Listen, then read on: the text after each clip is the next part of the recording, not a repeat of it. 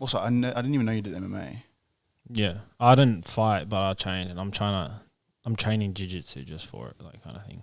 And I know jack shit about like fighting, and MMA is mixed martial arts. That's what that is. Yeah. So who's like, is that Conor McGregor? Yeah, that's like UFC, Octagon, all that sort of stuff. Oh yeah. So mixed martial arts, is that literally all martial arts on the table? You can use whatever. Yeah. So I mean, if you know kung fu, you can go in, but I'm telling you, it ain't gonna work. How come? Yeah. What's like the? It's just not a superior fighting style. That's all it is, really. Like, if you had to pick one, and pretty much any MMA fighter will tell you, it's wrestling. Like, wrestling is the ultimate like fighting style. Really? Like wrestling, like the kids do in high school, they wear like the tight as and they got like the headgear, like Greg Heffley. Yeah. Like all that sort of stuff, like John Burroughs and stuff like that. It's like it's just you control your opponent. Like that's all it is. Is like if you're talking about strictly like competitive fighting or one-on-one fighting, wrestling is the most superior. Wow. If you're fighting more than one, then it's probably kickboxing. But then again, you can still lose if one of them know wrestling and you don't. What's that one? It sounds real dangerous too. Muay Thai. Muay Thai is same as like kickboxing. Obviously, just like little things that are like different. Like it's more preference, I guess, if you go American kickboxing to Muay Thai. But I'm not really sure the difference. All I know is one, they're just nutcases. The other one, they like to think they are. So. All right. You know the topic, baby. Let's go. It's your boy Prince Hunky. It's the podcast, baby.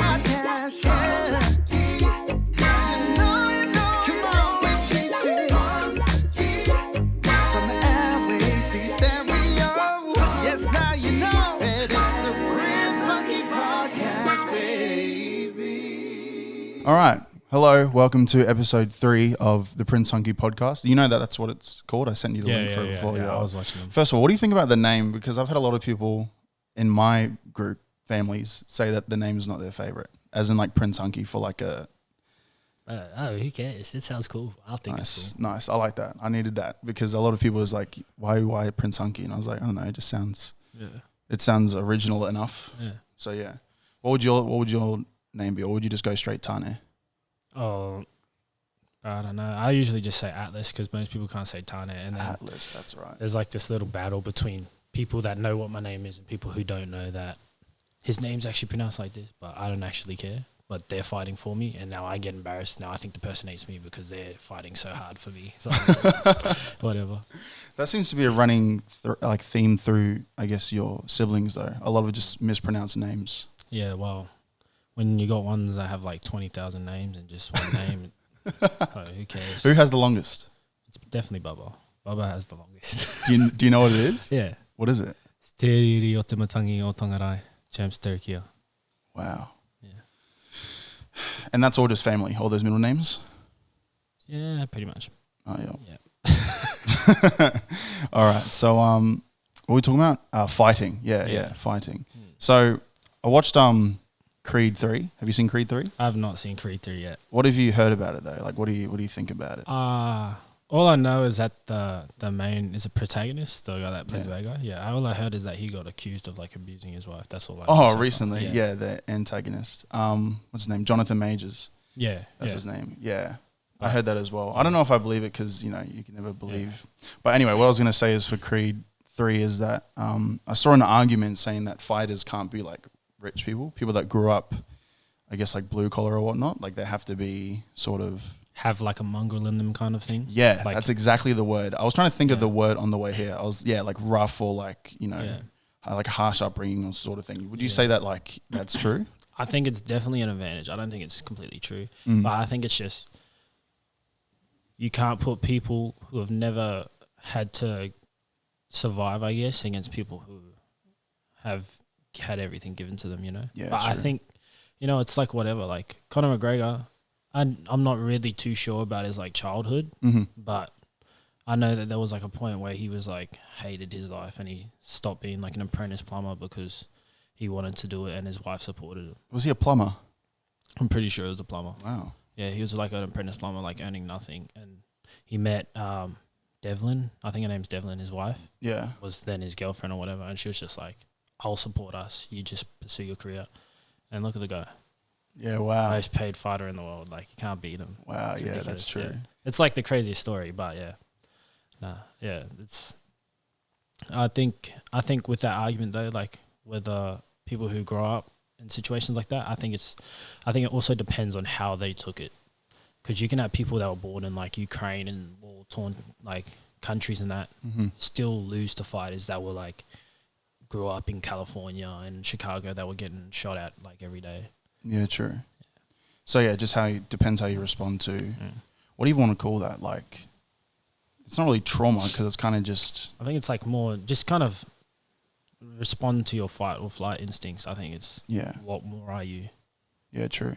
Yeah. Yeah. But that is an interesting concept, I thought, because, yeah, I don't really know many fighters, but I can't think of any that, like, came from, like, I guess the top, if you want to call it that.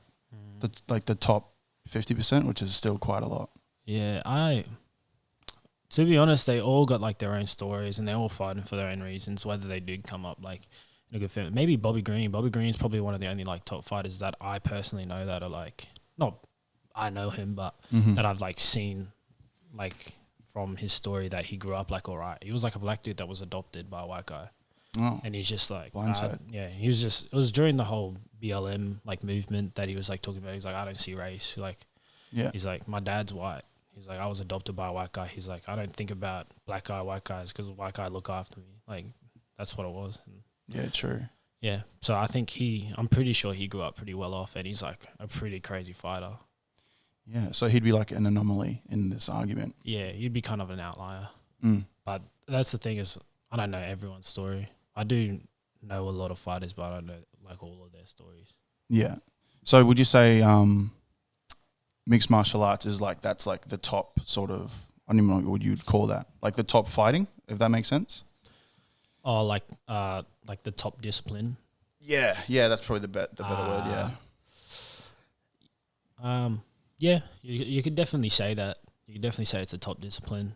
But then, in the same sense, like, you could have someone that does mixed martial arts and then have someone that does strictly, like, wrestling. They'll definitely win in wrestling. But the thing is they won't be used to getting punched in the head while they're on the ground. Like, yeah, so it's probably definitely the top discipline. But the thing is they could still potentially lose to someone that doesn't do all like those disciplines. Okay. I still find it crazy that fighting is actually like a thing because legitimate fighting, like on the street, illegal. Yeah. But a lot of people watching, they're paid to watch it. Yeah. It's totally fine. It's like, it's super strange. Like, I think people get real scared of fighting. I think everyone should at least have a fight in their life, like in like any sort of like, what do you call it? Like, combat sport kind of competition. Yeah. Whether it's like just wrestling or whatever, I think it just helps you know that like whether you want to be that person or whether you don't want to be that person. And majority of the time, people aren't that guy. Like, they're not that guy, bro. Like, yeah. And like, because to me, getting punched in the face doesn't hurt. But then it could be different. Say you get punched in the face and you go, I don't like that. Like, now you know you don't ever want to get into a fight. Yeah, that's true. But before you got punched in the face, you want to fight on the street. You know what I mean? Like, yeah. So it really kind of sets your reality in check if you were to get in a fight. It definitely does. Yeah. Well, like Gold Coast and like Brisbane, there's a lot of fights going on, especially like nightclubs and during the nightlife in general. So I feel like it would be beneficial to know how to at least defend yourself. Yeah, well, there's like kind of like a saying in like the MMA community. Just like if you see someone with cauliflower ears, you don't mess with them. Like it's just game over. Wow. Yeah, because if they're like, because as I said, like wrestling is like probably the top discipline. Yeah, you can't beat it if like they're crazy good at it. And if you see someone with cauliflower ears, it usually means they do wrestling or jiu-jitsu. And either one, you're ending up on the ground and they're just gonna break your arm or something. Yeah. So, you know. Yeah, that's like the saying, and that goes for like everyone. Yeah, this is like my warning to everyone that doesn't know anything about fighting. If you see someone like that, don't do it. just evade. Yeah, just don't even go near them. Take your humbleness and just walk away. You know. So who's like greatest of all time in fighting? All time. It's obviously like it's always going to be like a debate because you know you still got the ones to come that can beat the past and all that sort of stuff. Like. If you ask like 20 years ago, or not 20, but like maybe say like 15 years ago, people would probably say like, oh, it's like Hoist Gracie or something like that. You know what I mean? But you get like an average fighter today who'll beat up Hoist Gracie. Really? You just don't get on the ground with him. Like, because Hoist Gracie was just strictly Brazilian Jiu-Jitsu. Yeah. And if you got on the ground with him, then you lost, which he would usually bring you to the ground because you weren't expecting it. Mm-hmm. But now everyone knows kind of Jiu-Jitsu. If they went up against Hoist Gracie, like in Hoist Gracie's prime to them in their prime, there's potential that they could probably beat him because MMA Jiu-Jitsu is a little bit different. Yeah. Because you're used to like finding areas where to strike and things like that, setting up certain things from other things while striking people like at the same time. Wow. So like chess game, like thinking. It's definitely a chess match. Like Brazilian Jiu-Jitsu in itself is like a chess match. Wrestling in itself is a chess match. Like, yeah. like I did a comp like back in December, and it was like, it's so scary to like see some of your opponents and they're like super big and all that, but at the same time, like I pride myself on not being a coward. Like, so going up against them, you sit there and you're like, oh my gosh, like these dudes are huge, and then you get in there and it just goes out the window and you're like, bro, I'm not losing. Like, yeah, but then you lose, and then who's the biggest dude you fought? Whether like you're in the ring or not. Like, are you talking about like in any discipline or just like in jiu-jitsu or what? I don't know. I guess like when you think of like who's the biggest person I've fought. When I competed, so there was like, it has weight classes as you do. Mm-hmm. And that's for a reason, because size automatically gives you a strength advantage. You can use body weight to your advantage, all that sort of stuff. And versing in jiu-jitsu, I versed this, like because I was too heavy for the weight class below, the weight class was like 84 or something. Yep. And I weighed in at like 85 and a half, and I had 2 weeks. I could have lost it, but I was too lazy to do it. So I didn't do it. And then my brother's sitting there. He's like, you can do it, but he's like, you're lazy, so it doesn't matter. So he's like, just do it. I was like, okay, whatever. So the next weight class up was 96. So I'm going from like 86 all the way to nearly 96. Yeah. Oh, it might have been 93, but anyway, it's still like more than 5 kilo difference. So it's crazy. I go in, and then you have to weigh in an hour hand before. And I go in and I get on the scales, and the lady goes, oh, she goes, you're 10 pounds under. And I was like, damn. I was like, what the hell? I was like, okay, sweet, no worries. Wow. And then, I'm like, yeah, sweet. I seen my first opponent. He's just like this short little fat dude. Mm-hmm. And I was like, okay, cool. I was like, I can deal with this. I was like, it's not too bad. Ended up winning, but bro, I was crapping my pants the whole time. It's like, wow. Because I was just like, I don't want to lose. I was like I'm a real bad sore loser. Yeah. Even though I didn't, I did like maybe like 3 or 4 jits lessons before it, and I was like, yeah, I'm gonna do it. But did it. I won that first match by 1 point or something, and I got penalized for stalling as well, because you can't like not do anything, but you get 2 warnings before they start like. Oh, you get 1 warning, sorry, before they start like affecting your points and stuff like that, or you get disqualified or whatever. Yeah. I did that, and then the next match, bro, I just kept getting flogged, but I was getting flogged. Wow. Yeah, but it's still fun, even though you lose. You're just like, I'm still a big hater, even when I lose. Like, I'm a real bad sore loser. But the thing I just think's not fun when I think about it is just like pain, because I've seen a lot of fights, and they come out and like their nose is like on the left side of their face. It's like, yo, this is so like, I don't know how people do that. Like, they just openly just like fight and they're okay with. Yeah, it's weird, eh? There's like something so enticing about being just a dominant alpha. Like, every man like kind of knows it. Like, and I only say every man kind of knows it, because there's some men that don't want to kind of be an alpha, which is it's all right. Some people will find to be second best, but like when you're competing, people who compete, they only want to be alphas. So it's just, you get the people that want to be the best versus each other. Yeah. But then, as I said, everyone should at least do it, because then that's when you figure out whether you're an alpha or you're a beta. Not saying beta is in a negative way, but like in the sense of like you find out whether you're a leader or you're a follower, in the sense of like you're better off helping the leader than you are to be the leader. Yeah.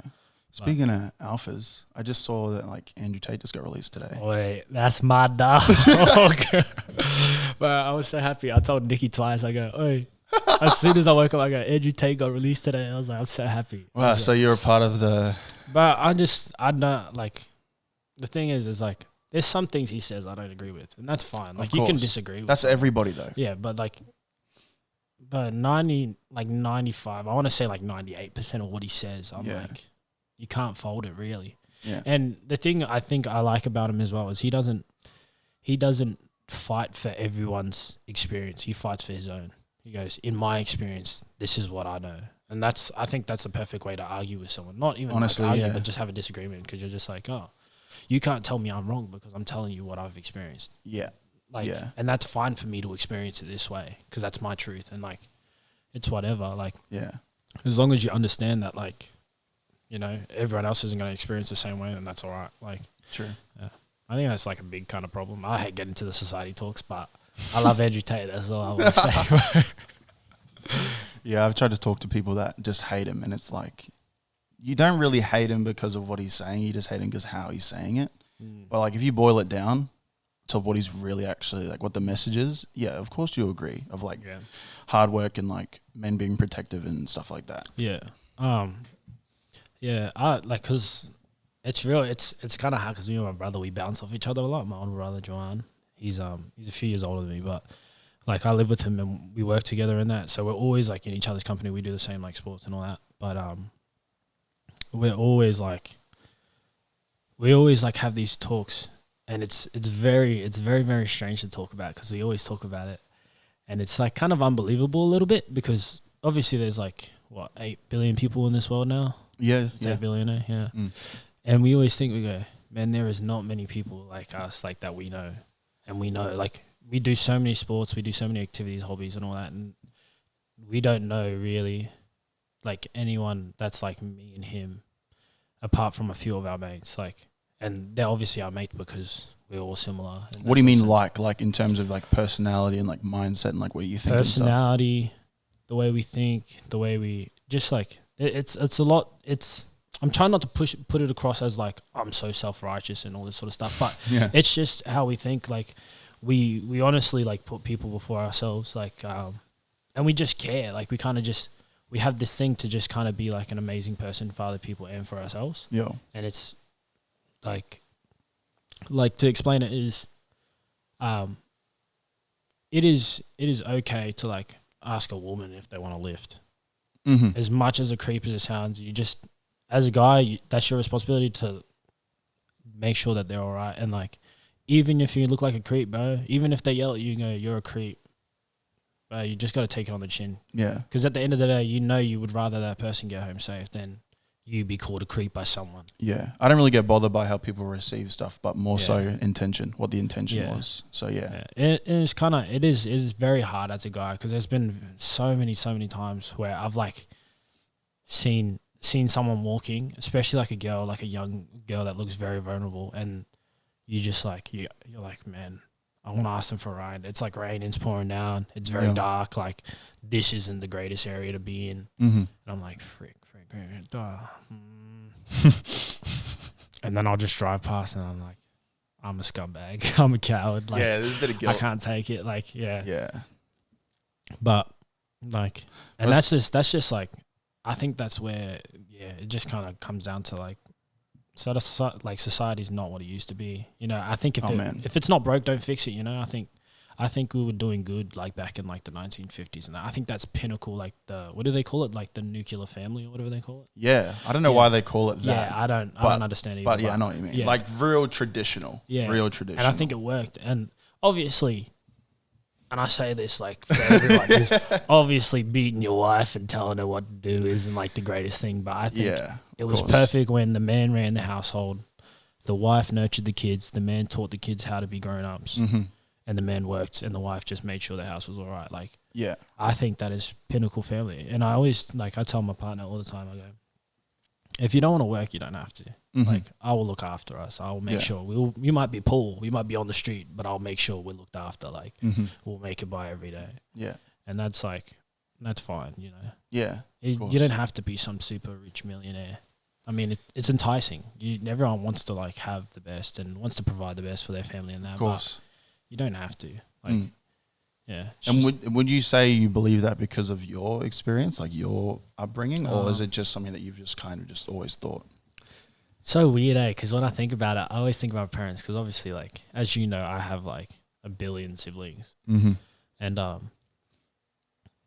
like, I always thought about it. I always said to like my friends growing up, I was like, my parents are lucky to have me. I was like, to be honest, I was like, if I was to go to what reports say and what facts say, like, I should be an alcoholic, I should be a drug addict, I should be a gambler, I should be like, I don't know, like a predator maybe, I don't know what the stats really say, but like, should be in jail, all these sort of things, like, but here I am, I don't have like kids yet, like that's fine, like I didn't have like unplanned kids, like, you know, I haven't been arrested, haven't done drugs.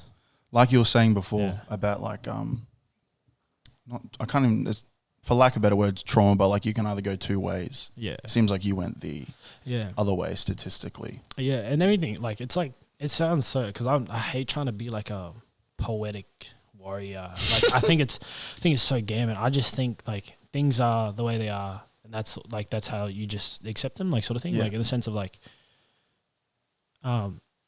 because you were dealt a bad hand in life, you become these things. But it sucks. But doesn't mean you had to go that way. Like, you know what I mean? Yeah. And that's, I don't know why. And that's like, for me, obviously, like being God fearing, like that's how I could see before I met God, where God like looked out for me and things like that. And just knowing that He kind of helped me understand early that like, even though all this is bad, I don't have to be part of that. Yeah. And yeah, man, here I am. I guess being a productive member of society. You know, I wish I wasn't like, I'm not like a conspiracy theorist or anything, but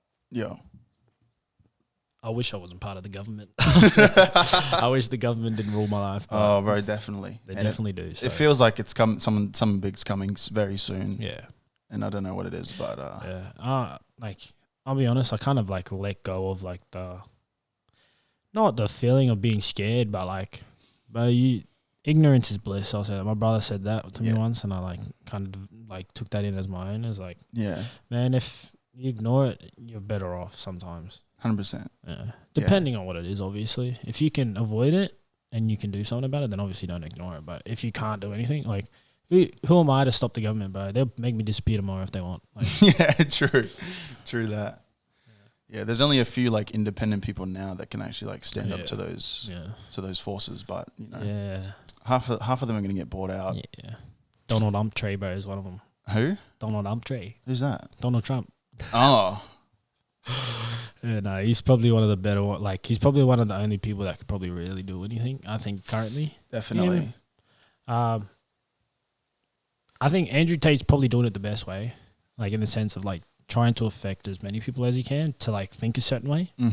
Kind of like what is that word? Indoctrinate people a certain way. So big like, word. Yeah. I'll be honest, I'll probably chuck out a bunch of words that don't mean what I'm saying. I'm just editing like, what the hell does indoctrinate actually mean? But I know what you mean. Yeah, there's like Andrew Tate is one of them. Donald Trump is another. Just not really like independent, but like he definitely has his own voice. Yeah, very influential on their own basis. Yeah, definitely. Yeah. So would you strive to be someone like that, or are you totally fine just sitting right under?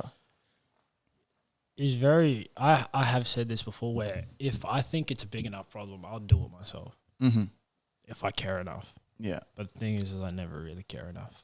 So it's contradicting. Yeah. So it's like, I would love to be someone that could, I guess, be bigger than I am, but I don't know. I always think about it and I go, man, I'll just be who God wants me to be. Whether that's like someone, you know, that just works day to day, does his thing, looks after his family, supports the next generation. I'm fine with that.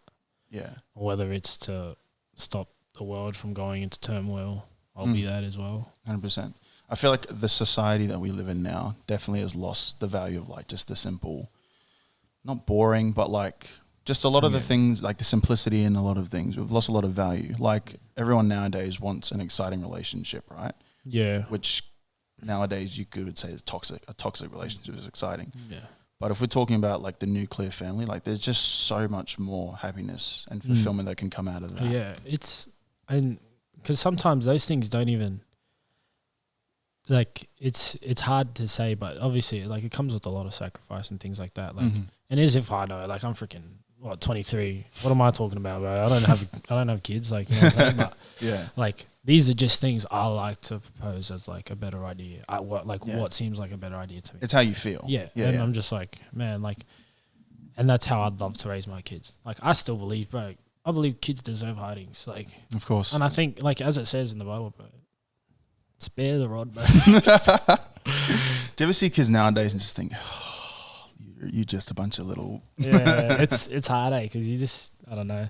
I think that might come from, like, it kind of comes from the fact that if I ever did something like that, bro, I would have got bashed. So they deserve a bash. Yeah, true that. Yeah. But, like, in the same sense, like, man, maybe they do need a little bit of whack. I guess, like, Of course. Yeah. like, it's one of those things, like, you know, it takes a village to raise a child, like, and it can't just 100%. be like that's where, like, we come in, you know, just as like another person in society being like, hey, what are you doing, bro? Yeah. Maybe a dumbass, like, Yeah. you look like a dumbass right now. and kids definitely need that, especially when they get into teenage years. Yeah, But I think that's definitely why. I'll be honest, this is why I think families with siblings that argue a lot when their kids are better than families with siblings that don't. argue. Yeah, because I think that the families with siblings that argue a lot when they're kids are usually because they know that the other kid's doing something they shouldn't be. Mm-hmm. So they start arguing and things like that. Where the ones that don't, it's because they're both doing naughty stuff together. Yeah, true. Yeah, True so, that. Like, that's what I think. Like, obviously, given like age gap and all that, because you got like, well, you and freaking what's your younger brother's name? Marlo. Yeah, he's like 4 or 5. I don't actually know how old he is. Yeah.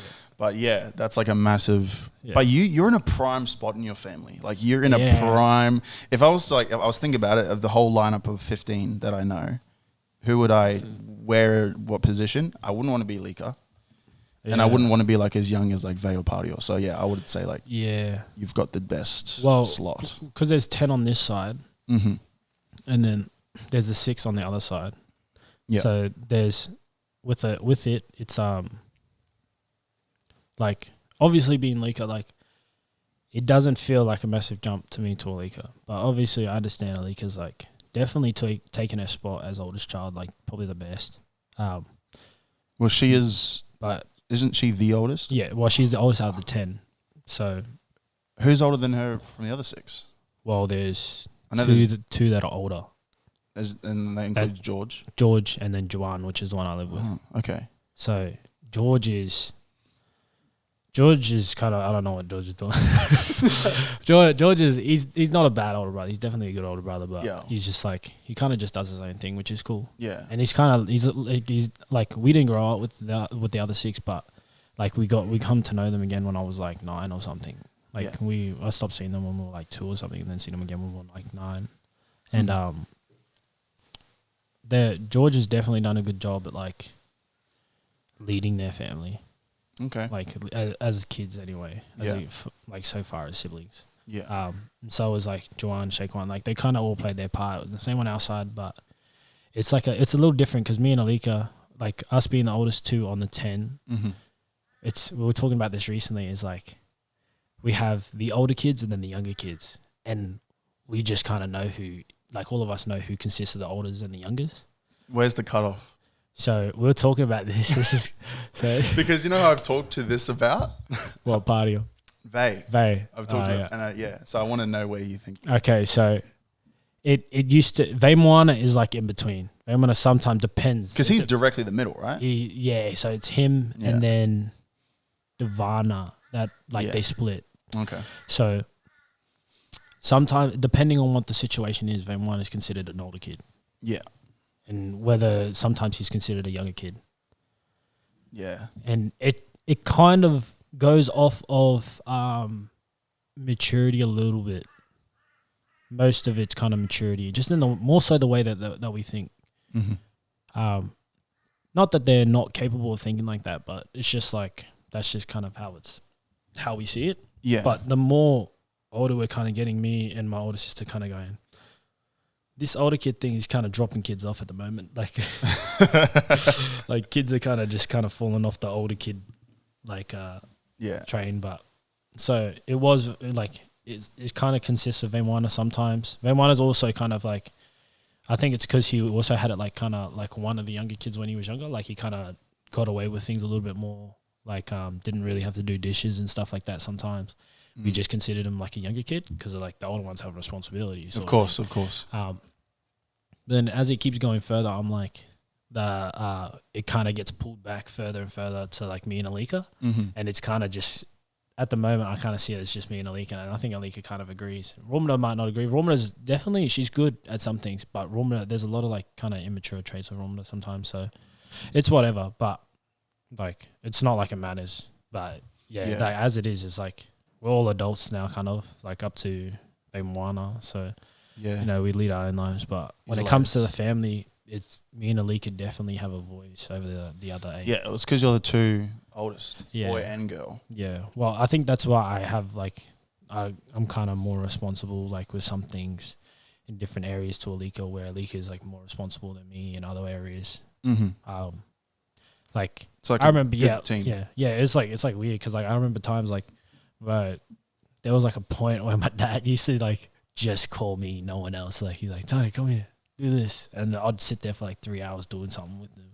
Wow. For, like, the fact that he's just like, wanted me to do it for some reason. Like, and he'll have Vemwana right next to him. I'm like, bro, what the frick? That's that guy. He's literally right there. Like, he's like, nah, I want you to do it. Like, okay.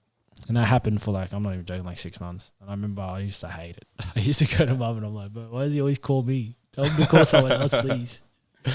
Yeah. But you'd reap the benefits and the consequences of being the oldest. Yeah, well, now it is, like, how it is now is, like, man, I guess I'm a bit more mature than they are, like, a bit more, like, what do you call it? I watch out a bit more for, like, everyone instead of just myself, I guess. And the same goes for, like, my older sister. And not that my younger sisters and all brothers do it, but they're obviously, like, don't understand how to put it across in a way where they're going to have success from it, I guess. Yeah. Well, because you are like the only 2 people that have, like, moved out of the house. Yeah, I mean, apart from Vemwana. Vemwana's moved out now. Oh, yeah. True that. I think Party has been trying to move out for a while, but, you know, it's whatever. She's kind of doing her own thing at the moment, which is cool. It's whatever. Yeah, I mean, especially, I think, I'm not going to say it like it's a fact, but I do think that, like, 21's, like, when all your stuff of, like, being a kid, like, the transition phase is over. I'll be honest, I think it's when you move out on your, like, own accountability. Like, you move out, you pay your own rent. You're not, like, having someone look out for you, kind of. Yeah, true. Like, I live with my older sister, but she was just kind of like, nah, bolt. Yeah. Like, she was like, yeah, I'll look after you, but, like, at the same time, she was kind of like, you gotta remember you're an adult now, whatever. Nah. And it helps you grow a lot more. Like, and I enjoy it a lot. Like, I enjoy kind of being, like, my own adult. I thought it would be a lot harder to transition than it was. I moved out in October, lived by myself. How was that? So good, bro. There is something about it, like this responsibility. Like, I actually finally felt like I was an adult. Like, You feel like cleaning the house now, eh? For real.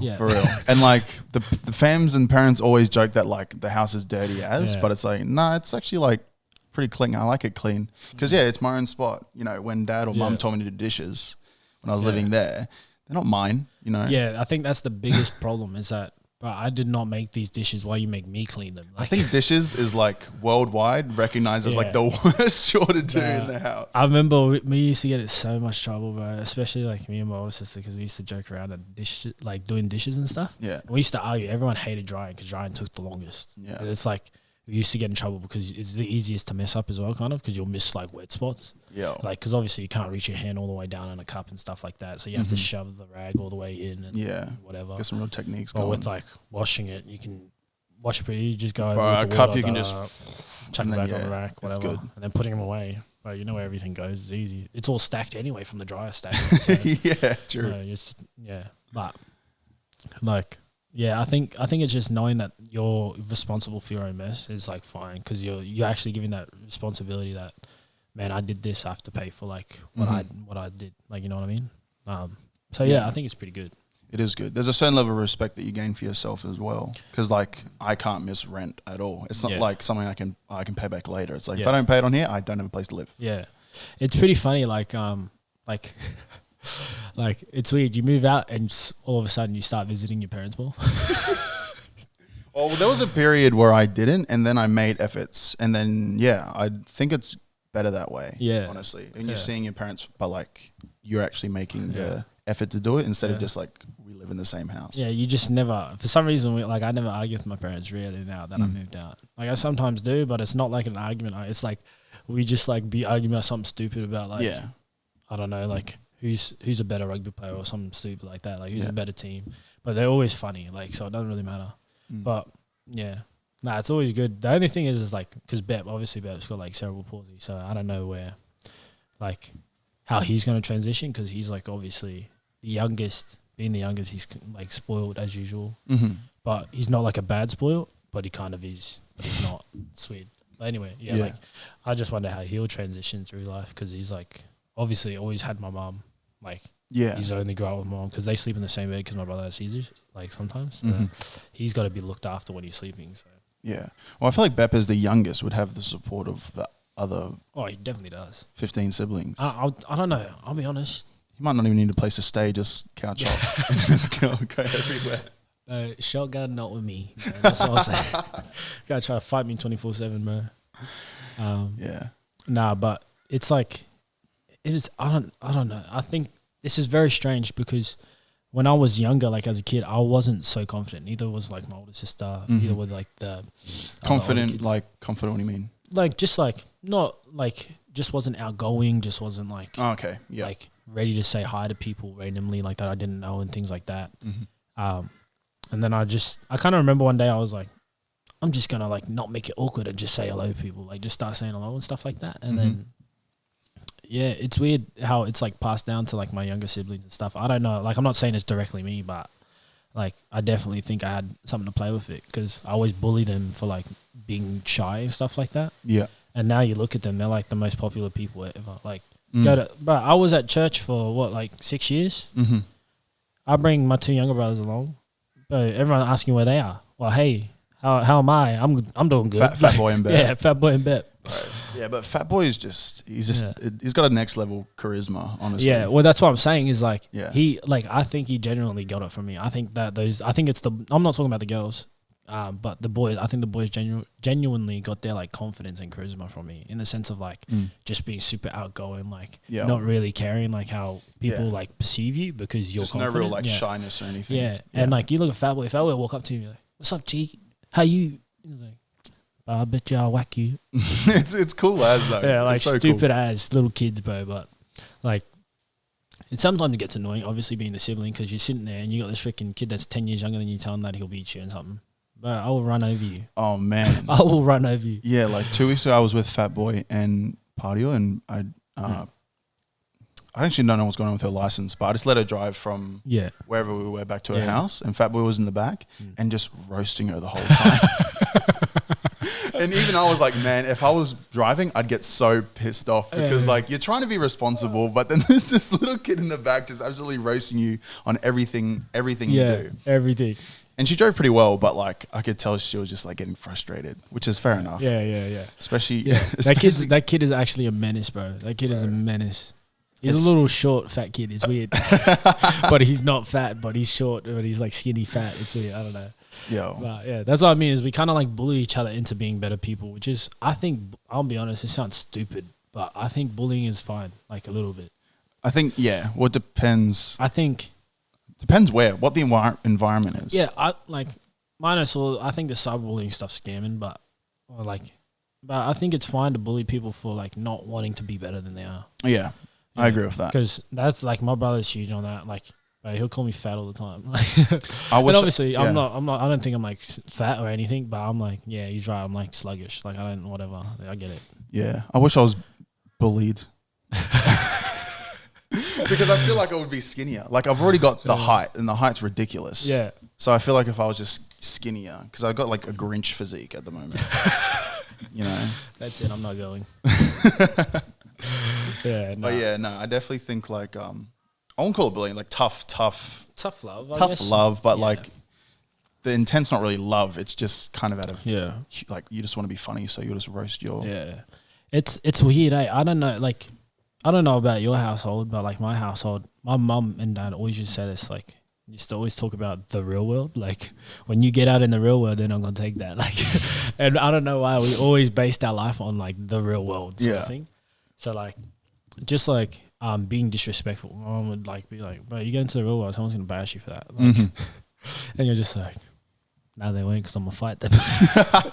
But that's what I mean. It's like, you just used to base everything on the real world, and like that was like, I think that was like kind of a cool experience growing up, and I think that's kind of where the responsibility of like being courteous to people and just doing good things for people like came about, is because like in the real world everything happens, like being that person in the real world definitely helps like a lot more than it would hinder. So yeah. What would you say was the biggest transition for you in your life? Because you say the real world, and I was just thinking like high school to the real world. Honestly, I feel like the adults made it up like bigger than it was gonna be. But I feel like it wasn't too I think bad. Maybe if you go back like 50 years when houses only cost like 11K. Oh, true. I think that would have been a huge transition if you're going from a kid to like an adult, because they used to properly look after you. Like, and everything would have been easier back then as well, I feel like. Like in terms of like, I don't think easier, but I think everything had a system. So it was just like everyone kind of understood where they were, understood like how to do things, you know? Yeah, like there was a clear path. Wherever you wanted to go, there was like a clear path how to get there. I think like with kids going from like 17 to an adult like instantly is like, I think that would have been a tough transition, because like as a kid back then you're supposed to be just like looked after by your mom looked after you did all these sort of things, you know what I mean? But with like now, like half the time you're like treated like an adult by your parents. Yeah, true. So like it's not a super tough transition. Like, and I think that's like kind of where the tough love comes from. So I think it's not too bad. I think the biggest transition for me, bro, would have been when I was in high school, and it would have been when I first became a Christian. That would have been the biggest transition for me, probably. Okay, so well, I don't really know because I thought you knew like about God your whole life, right? Since you're a baby. Yeah, no, definitely. You didn't? No. Wow. So when did you like first? What was the first?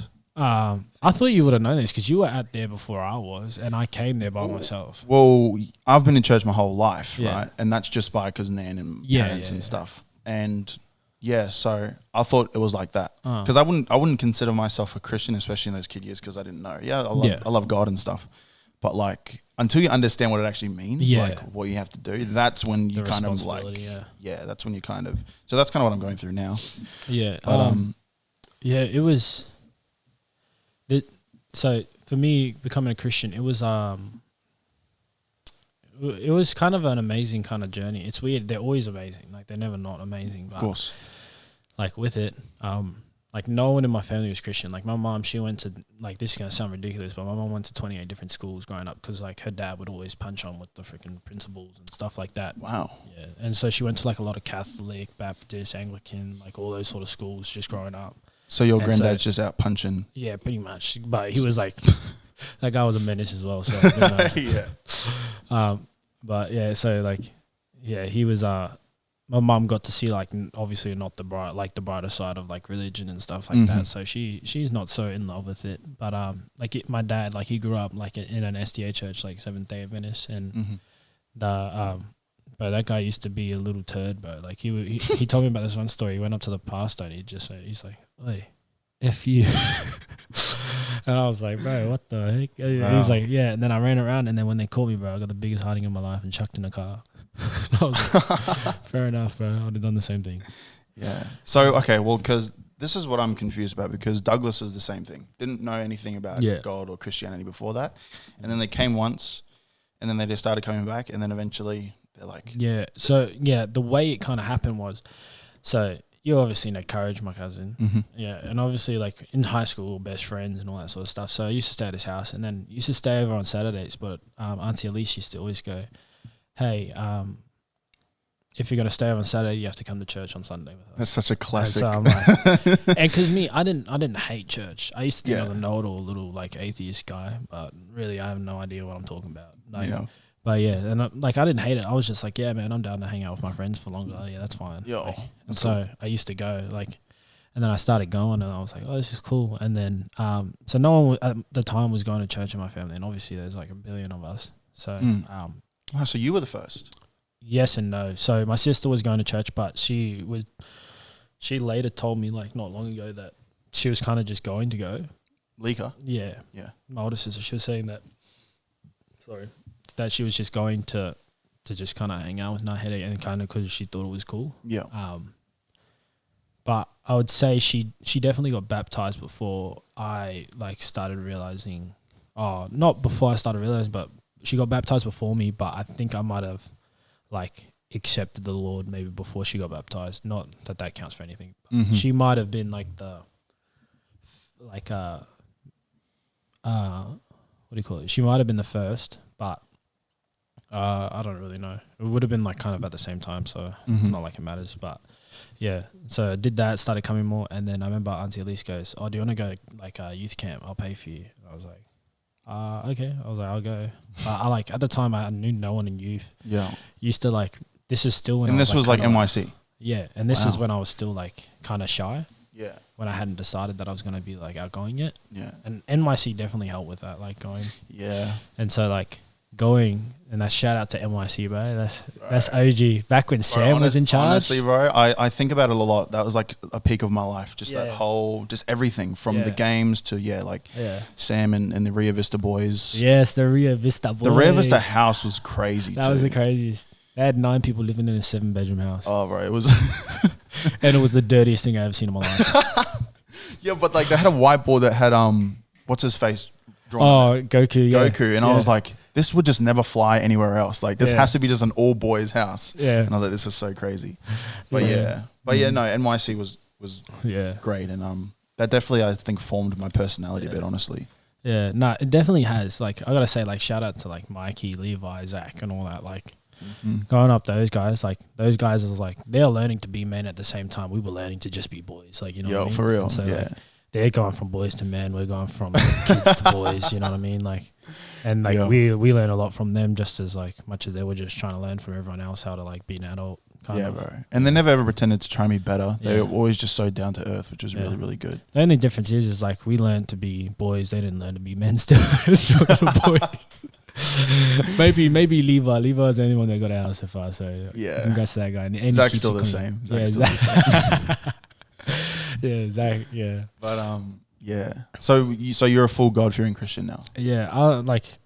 I try my best. You know, I think it's very hard to kind of explain what a Christian is. I don't think this is where I think a lot of people get confused. A Christian isn't perfect, like, and that's the basis of it, like. And I try, like, bro, I love God, and there are times I definitely fall short, and it's like and it makes me sad that I fall short, and I feel like I can't do nothing about it, or I feel like I'm not trying hard enough, or I don't want to hard enough. But like, man, I'm a Christian like everyone else, and I try, like, I'm trying my best to be a good Christian, and sometimes that doesn't come out.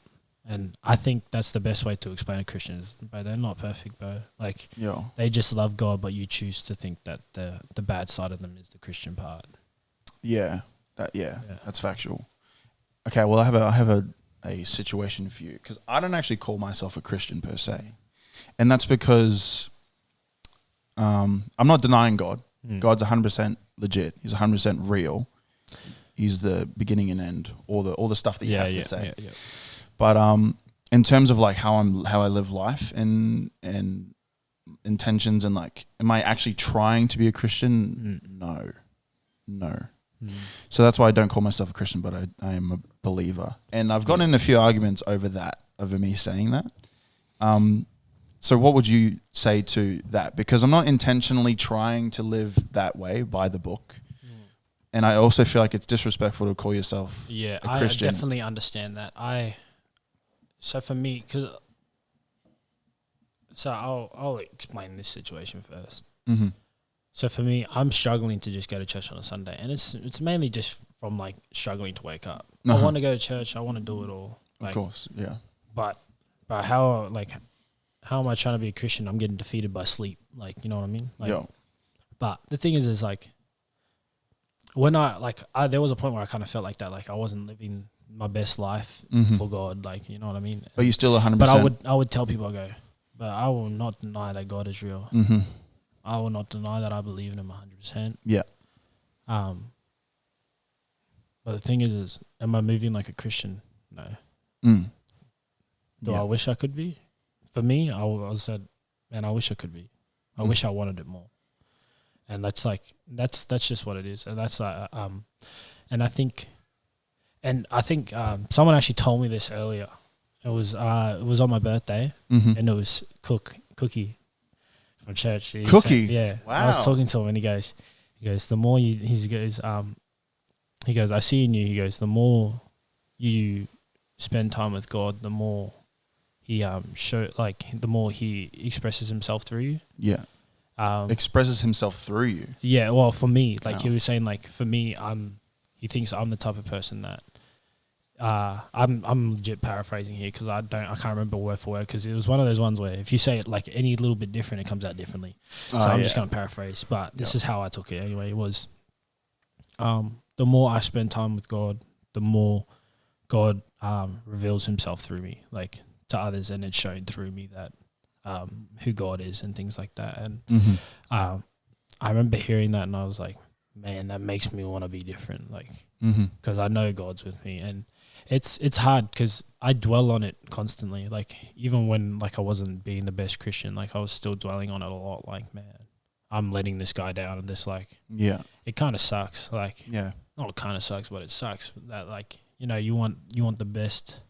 It's weird to say you want the best for this dude that you can never give the best to. Like, you want the best for this dude, like, you want to give him all that sort of stuff. But I like, with that, I think it's still fine to say you're a Christian, as long as you tell people, like, man, I'm not the best practicing Christian.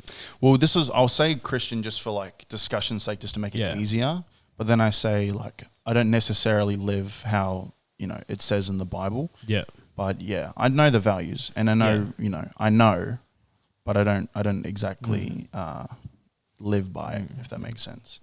And people usually get it. They're like, oh yeah, I can understand that. Yeah. And I just don't want them thinking that, like, I'm not, I think it's incorrect. Because I do think everything in the Bible is correct. It's just right now where I am, I don't necessarily just live that way, if that makes sense. Yeah, it's like, it's obviously like, it's weird because it's like, it's obviously like not okay to be like, I believe in God, I just choose not to follow him, whatever, But it's like, at the same time, it's like, man, I'm a Christian. This is like how we struggle.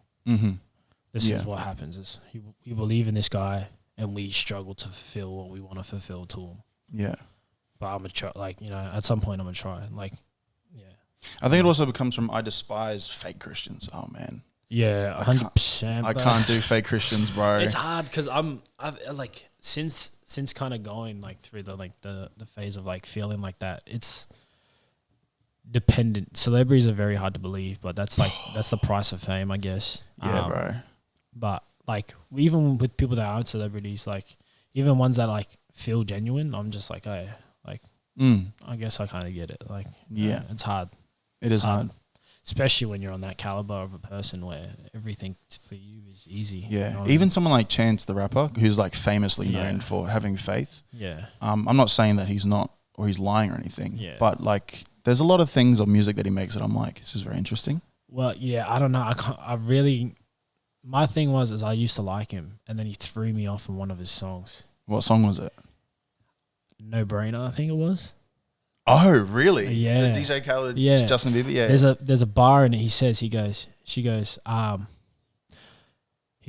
she said she heard that I make that music for God. He said, go, you better drop and make that thing applaud. I was like, but I don't know if I can deal with that one, bro. Yeah, that's rough. That's like too opposite. Yeah, that's like opposite end. I was like, you literally know what you just said. Like, that's the difference. Is like that one. But at the same time, I'm not trying to judge. Like, I've kind of come to the realization, like, the last 6 months that, bro, grace is immaculate. Like, giving grace, giving grace and receiving it is immaculate. Oh man, it's crazy. Like, and that's like, I'm trying to instill that in, like, a few people in my close circle that, like, bro, grace is important. It like is, as right? much as you don't like want to show that person grace, you got to remember like they're a human. They're who God created. Yeah, and I think using an example, like if you've done someone wrong, maybe not intentionally, maybe an accident, like you just couldn't do something for somebody at that time. Yeah. Either way they respond, it's like the same. If they respond negatively, like they yell at you or something, you'll still feel it. But if you get responded by grace, there's still like this bit of guilt of like, oh man, like you say thank you and stuff, like, oh, thank you so much for, not taking it too harshly. Yeah. But it's still like there's a thing in your like soul that's like, all right, now I really gotta. Yeah, it's super. With this whole like thing, it's like talking. I'll be honest, I don't even know where I was about to go with this. I had it and then it just went out my head. Yeah. But Grace is next level. And I've just watched a show. Have you watched Ted Lasso? Ted Lasso. Ted Lasso. Lasso. Yeah. Hell no. Okay. Do you know who Jason Sudeikis is? Name something that he's in. We're the Millers. What's he look like? He's a white dude. The main dude? The main dude. We're the Millers. Horrible Bosses. Yeah, another one. He's basically in a show called Ted Lasso, and it's about an American football coach that goes to the UK to teach soccer. Yeah. Which he's never taught before. Yeah. For like a team called Richmond. But he's so nice and just so genuine, and like he's just such a goody two shoes. And knowing the UK where it's just like constantly roasting, like calling out, it's just the funniest like dynamic. Yeah. But like it's just him being this force of positivity where like there's so much negativity. I won't even say negativity because UK is not necessarily negative, but like there's definitely like compared to America's optimism, UK is very fine with just like, no, this is just the way it is.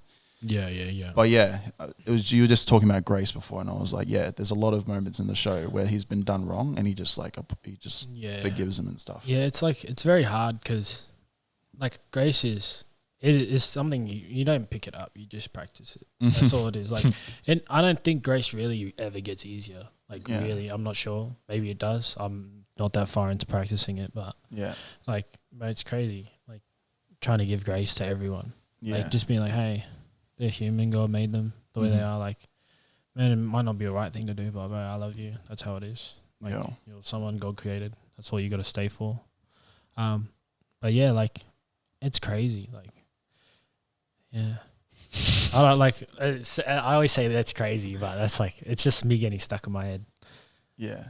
All right. Well, okay. So, you believe in conspiracies, right?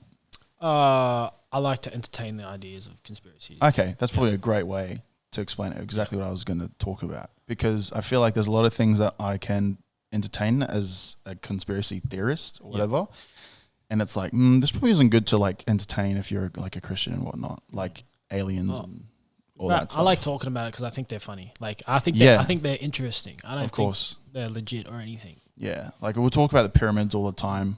Or aliens, and then you can kind of, if you want to, you can line them up with like the story of, aliens being just fallen angels and whatnot. Yeah, but like because see, like conspiracy theories, like I always like, I'll entertain them. Like, if you ask me how old the Earth is, I'm gonna say like 6,000 years old. However old the Earth's supposed to be. Like, who were the first two people? Adam and Eve. Easy. Yeah. Next question. What we got? 100%. But when it comes to like conspiracy theories, like. But I got a few that I heard that I was like, bro, this is insane. Like, that's like a crazy idea, like, for it. But yeah. What one? So, what's the craziest one? This one I find the most interesting, and it's the fact that we are. I gotta think about how I word this. So I seen on the Joe Rogan podcast, it talks about either we are the first ancient civilization, as to why we've never found any other aliens. Wow. Or we're the least advanced civilization, which is why we haven't found any. And so when I heard the fact that we might be the first, I was like, that's pretty crazy. Like, because the thing is, for me, that just supports my religion. Like, we're supposed to be this billion years old, and you're telling me all we got was here. You're insane. Shut up. Yeah, no, factual though. Yeah. The reason I don't entertain them is because science changes every like 6 months, whatever. Yeah. Like, and that to me is just annoying. Like, you can't tell me that like this keeps changing and being the same, because then you just end up with the Rainbow Brigade and HDTV. The Rainbow Brigade. Is that what you call it? Yeah. That's a great name. I didn't come up with it. That's shout out to Grand Wizard chat. I won't finish the word, but yeah.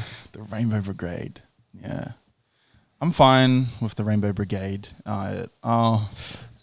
Should we tread here? Should we tread in this dangerous territory? Yeah, if you want, bro, I don't care. I'm fine with cancel culture because you can't cancel me, bro. Yeah, but like I've been attempted to be cancelled, but I'm so small. Yeah, you can't really do nothing about that. They're not like they're gonna cancel me. Who you gonna cancel me against my family? Yeah, anyone's watching. Yeah, but it's just from this one video. I asked if you date a trans person. I've seen that. Yes, yeah. That was actually quite a big one. I seen that one. That was a big. Came up on my thing quite a few times. Yeah, I knew it was big when edits were being made. I saw an edit and I was like, "Whoa, okay." Oh, this guy famous. I know, that's how weird that's like. I'm famous now, but like, no, definitely not. Like that was strange. A one-off. Like, but yeah, the trans thing was. I got hate comments. I got called gay, which is. It's kind of crazy because I don't remember you saying anything discriminatory. Did you? No. Didn't you just ask? Mm-hmm. People are so weird, bro. I'll be honest. I know. Obviously, there was a bit of like a.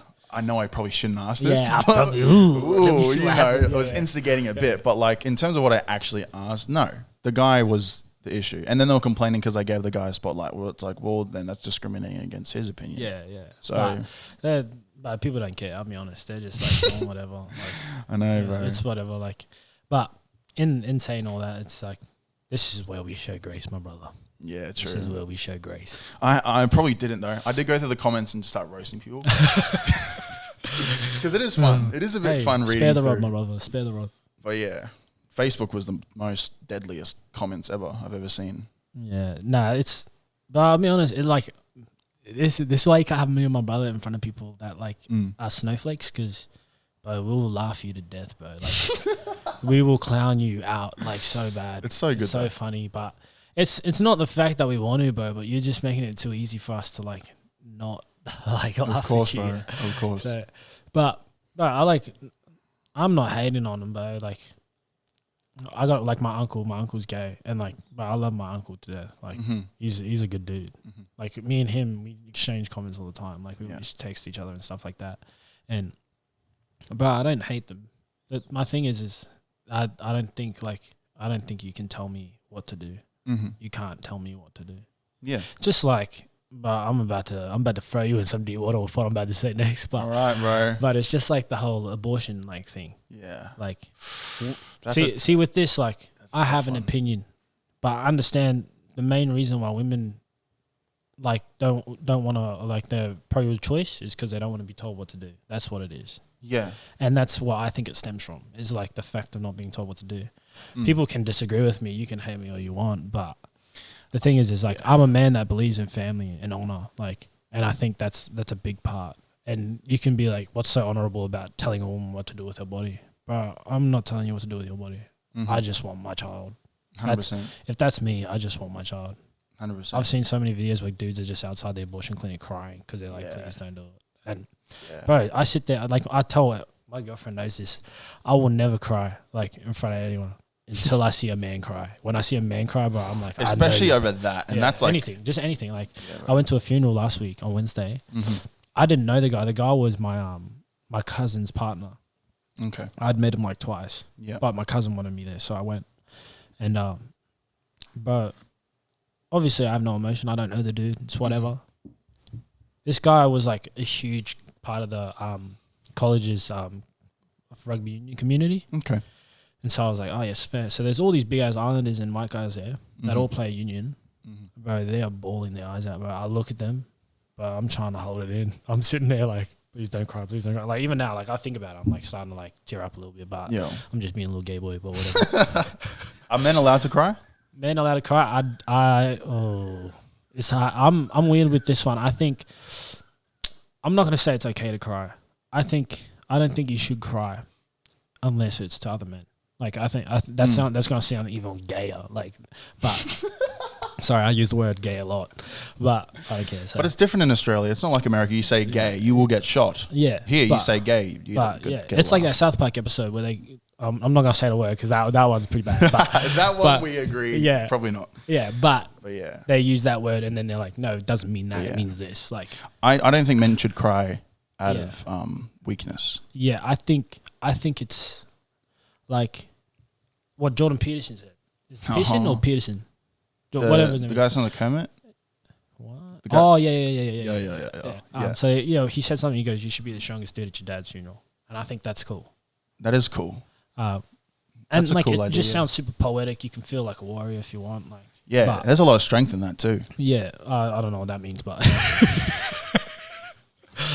but yeah, like I don't know. Like I think it's not okay to cry in front of like people that aren't men. I think crying in front People that aren't men. So if you're a women. man, sorry, if you're crying in front of a woman, I don't think it's all right. Because you got to remember that you're their stronghold. Mm-hmm. Like, but if I'm out with my partner and something goes down and she's freaking out, imagine I start crying. Oh, bro. Now she's like, we're definitely Now dead she's 'cause he's upset. Like he knows just we're gonna confirmed die. that we're gonna die. Yeah, legit. Now she's like, bro, that's it. Like we're dead. Like if 100% I'm sitting there, I'm like, I'm gonna get us out of this. She's like, still freaking out, but now she's like, okay, maybe we do. Maybe we do. Even if you have no idea what the hell you're gonna do, you just gotta play the game. It is rough. It is rough to be a man. That's all I'm gonna say. But it's an honor. Like it's an honor to be a man. It is. It's so cool. There's so much like, that's what I was like. I hate as I said at the start, I hate being a poetic like warrior, but I think like there's power in being a man, and it's fantastic to be one. I think it's great. Just like there's power in being a woman. There's like, of course, but I think women don't understand the fact that like how much femininity. Yeah. But like how much like feminine traits like are like not, I'm not gonna say turn on or attractive, but just how much that just like makes a guy's eyes light up. Like, I got 4. It's crazy. I got 4 pillars. 4 pillars. Let me hear the pillars. I've talked about this with a lot of people, and usually the response is agreeable. Like people agree with it. I got it from I can't remember his name. He's a relationship coach. But are you talking about that white guy? Probably. One that talks like kind of fastish and like real like. Yeah, big dude, buffish dude. Yeah, kind of buffish. Yeah, he said the 4 pillars of like a woman in a relationship is nurturing. Yep. Let's be good. Nurturing. Said it. Caring. Yep. Right. Supportive. Yep. And the last one, and I think the most important and underrated, is joyous. Joyous. I'll be honest. All of them can go under nurturing, apart from joyous. Joyous is probably something that could go by itself. But anyway, those 2 alone are like good enough. Yeah. But I think when I say joyous to like girls, they always get confused, and it's like, well, of course we want you to be happy. Yeah. Because if you're happy, 9 times out of 10, the dude's happy as well. And it's like weird because I hate being one of those dudes that talk about relationships and that. And this is what I've been saying lately to my brother is like, I'm appreciative of like the girls trying to be like, what has Andrew said? Like Andrew Tate said that's wrong and all that sort of stuff. Mm-hmm. But now it's kind of turning into this is a way to get views. Like I'm gonna just pretend to be a woman that like so hardcore for Tate that I'm whatever. Bro, just be a woman. Like that's like. Not in the sense of like don't do anything else, but like, bro, just be yourself. Like it's fine. Like it's cool. Like I appreciate women for being women. Like all women are kind of like this gonna sound gammon as, but like, but all women are beautiful, bro. Like it's actually cool. Great. Like I just love women. They're like, great. That's like that's my thing. Is I just love women. Yeah. Like as everyone has preferences, mine are just women. Like that's what I'm saying. Of course, and there's so many great women out there. Yeah. And there's also a lot of women that are not great. Confused. Yeah, confused. But that's the same with guys. Yeah, guys, I'll be honest, like the guys that aren't, I'm gonna sound super harsh here, but the guys that aren't like the nuclear family, and this is gonna sound crazy, I think death. Nah, but I think what do you mean the guys that aren't, like the guys that don't have that sort of mindset or don't have that like the ones that aren't like just not willing to be that guy for you. I don't like, I think it's almost like a natural selection sort of thing. Yeah. I think it should almost be a natural selection. Not that I think you should deserve to die, but I think you should definitely be picked out. And I honestly don't think they'll make it. Yeah, that's what I mean. It's like I don't want it to be, but I don't think you're gonna make it. Yeah. But I do always call them boys. Yeah. Girls seem to like that because I talk to a lot of people about this sort of thing because it's such a massive topic. Yeah. I don't really like talking on relationships too much, bro, because I'm like, but I think everyone who talks in relationships is trash. Like, I don't think anyone knows what they're talking about. I think they're just trying to guess, which is fair enough. But like, don't act like you know what I'm saying? Like, we all try to figure it out. Like, for me and my girlfriend, we always talk about like what. No, I'm not gonna say we talk about what we can do better, but like, we'll have arguments. We'll like go through it. We'll talk, and I'll tell her, I'll be like, I appreciate when you do this more for me, like, or like when we first started dating, I told her I had prerequisites, like that you can do what you want. I'm not gonna force you to be how I want you to be. But if you don't like what I'm putting forward, I'm just not gonna be with you. It's not an ultimatum. You can pick your lifestyle. That's fine. Yeah. And honestly, there's a side effect of that. Yeah. That's probably the best way to present it. Yeah. Yeah. But because I'm not going to fight for you if you don't want me there. Because it's almost like, I'm not trying to say I'm God or anything, but me and that cannot be together. Me and this cannot be together. So if you want that, I can't be there. Yeah. Wow. That's not me separating from you. That's you separating from me. Like, that's how it is. And it sounds like I'm trying to like not like take take responsibility for like the breakup or whatever you want to call it. But I don't know. I just think it's fair for me to say it that way because I'm telling you, this is what I like. This is how I want to live my life. Yeah, fair enough. And if you don't want to live like that, that's fine. That's cool. Do you, brother? Yeah. Do you? And yeah, that's probably the best way for people not to get hurt anyway, because it's not based on them. It's based on you, right? Yeah. Whatever. It's whatever. Yeah. All right. We've been going for an hour and 10 minutes, which is pretty good. Crazy. I know. I feel like it's gone so fast. That has gone very fast. And we haven't even talked about sports. That was like the main thing, eh? That was. Oh, that's crazy. But if we are going to talk about sports, like... we can keep going and you can just edit this if you want. Yeah. It's a 10. Yeah. Because I don't mind. I'm chilling. Right, we'll just go whenever it feels right. Yeah. But volleyball. You know, actually, I really want to get into golf. You want to get into golf? But I want to get into golf. My partner, Nikki, her dad, really good at golf. So is my brother. My brother's like a natural athlete. It's annoying because he thinks he's the best at everything. I want to punch his head in. Who? My brother, Joanne. But he is, though.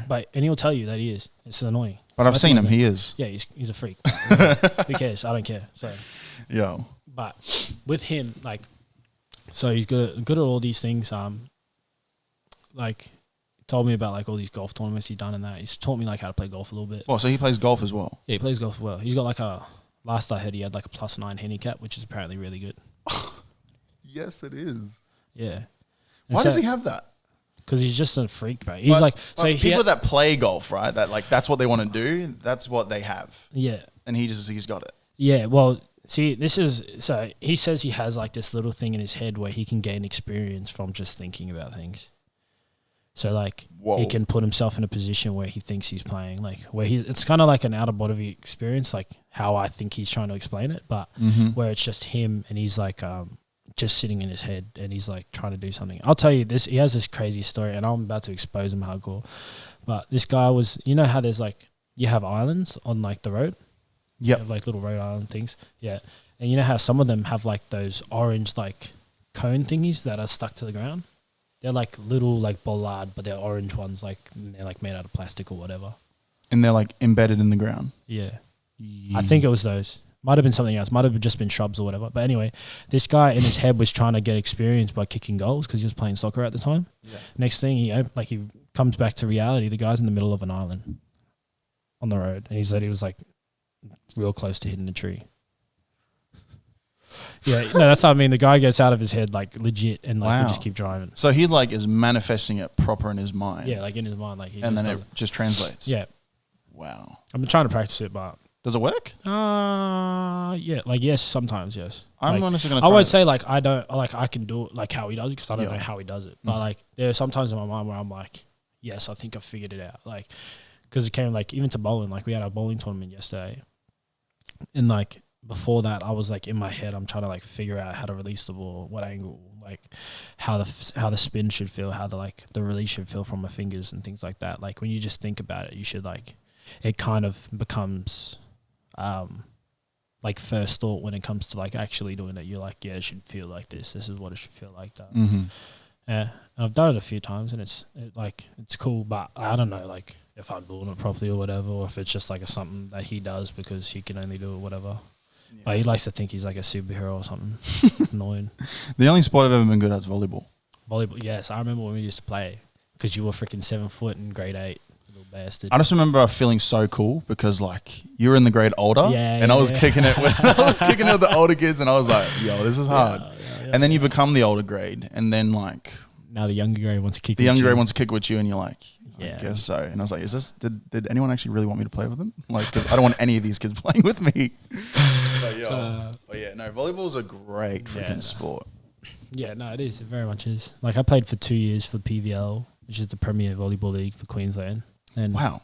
It sounds fancier than it is, I'll be honest. Because we play for Div 2 and it goes, they have like a Prems and Div 1 that's separate, so it's not the same thing. But do you play, so because I like volleyball when it's like kind of like youth, like it's a bit chaos. There's no real like, I guess team plan. Like, but when you're playing in like a tournament, that's when you got like your formation properly. And stuff like that. So which one do you prefer actually playing? I prefer playing like proper volley. Wow. Because it's easier it's like easier to point blame, but it's like it's easier for you to know where the wink link is. Like, okay, for purposes of you, like bettering your defense and purposes of knowing where to go, like who to target and things like that. Yeah, like, because you obviously like you have your libero, which is like supposed to be your like number one defender, pick up anything, get there, be crazy, whatever. Mm-hmm. But sometimes you'll play and you'll be like, you'll see their libero is trash. They're only on the team because they're the next best like receiver, but they're still not that good. And you'll hear, but it is the worst hearing people go, get their libero. You must die inside if that's your only job and someone's saying, aim for this guy. Wow. Yeah. But it's kind of weird. I'll be honest, it's such a toxic sport. Volleyball? Yeah, it is very toxic. Like, interesting. You can't, it's like a sport because you know you're not going to get punched in the face, you would talk smack. Oh, so true. people act like that, but none of you's met my brother, but my brother don't care if there's a net in the way. Even like my mate, like Stefan. Oh, yeah. Stefan, we were at a tournament once and they set their ball to the libero and obviously they're not allowed to hit. So we took it as disrespect. My mate went over there. He goes, "Oh, don't do that. It's disrespectful." Okay. Alrighty then. So what other sports have you played? Give me a full. Okay, full range. I've done Brazilian Jiu-Jitsu on its own. Oh, okay. I did boxing. Mm-hmm. I did MMA. Mm-hmm. I did rugby league. Mm-hmm. I played rugby union. Mm-hmm. I've done bowling. I've done golf. What else is there? Oztag, touch, just the general Australian sports. I feel like I've done more, way more. Bowls?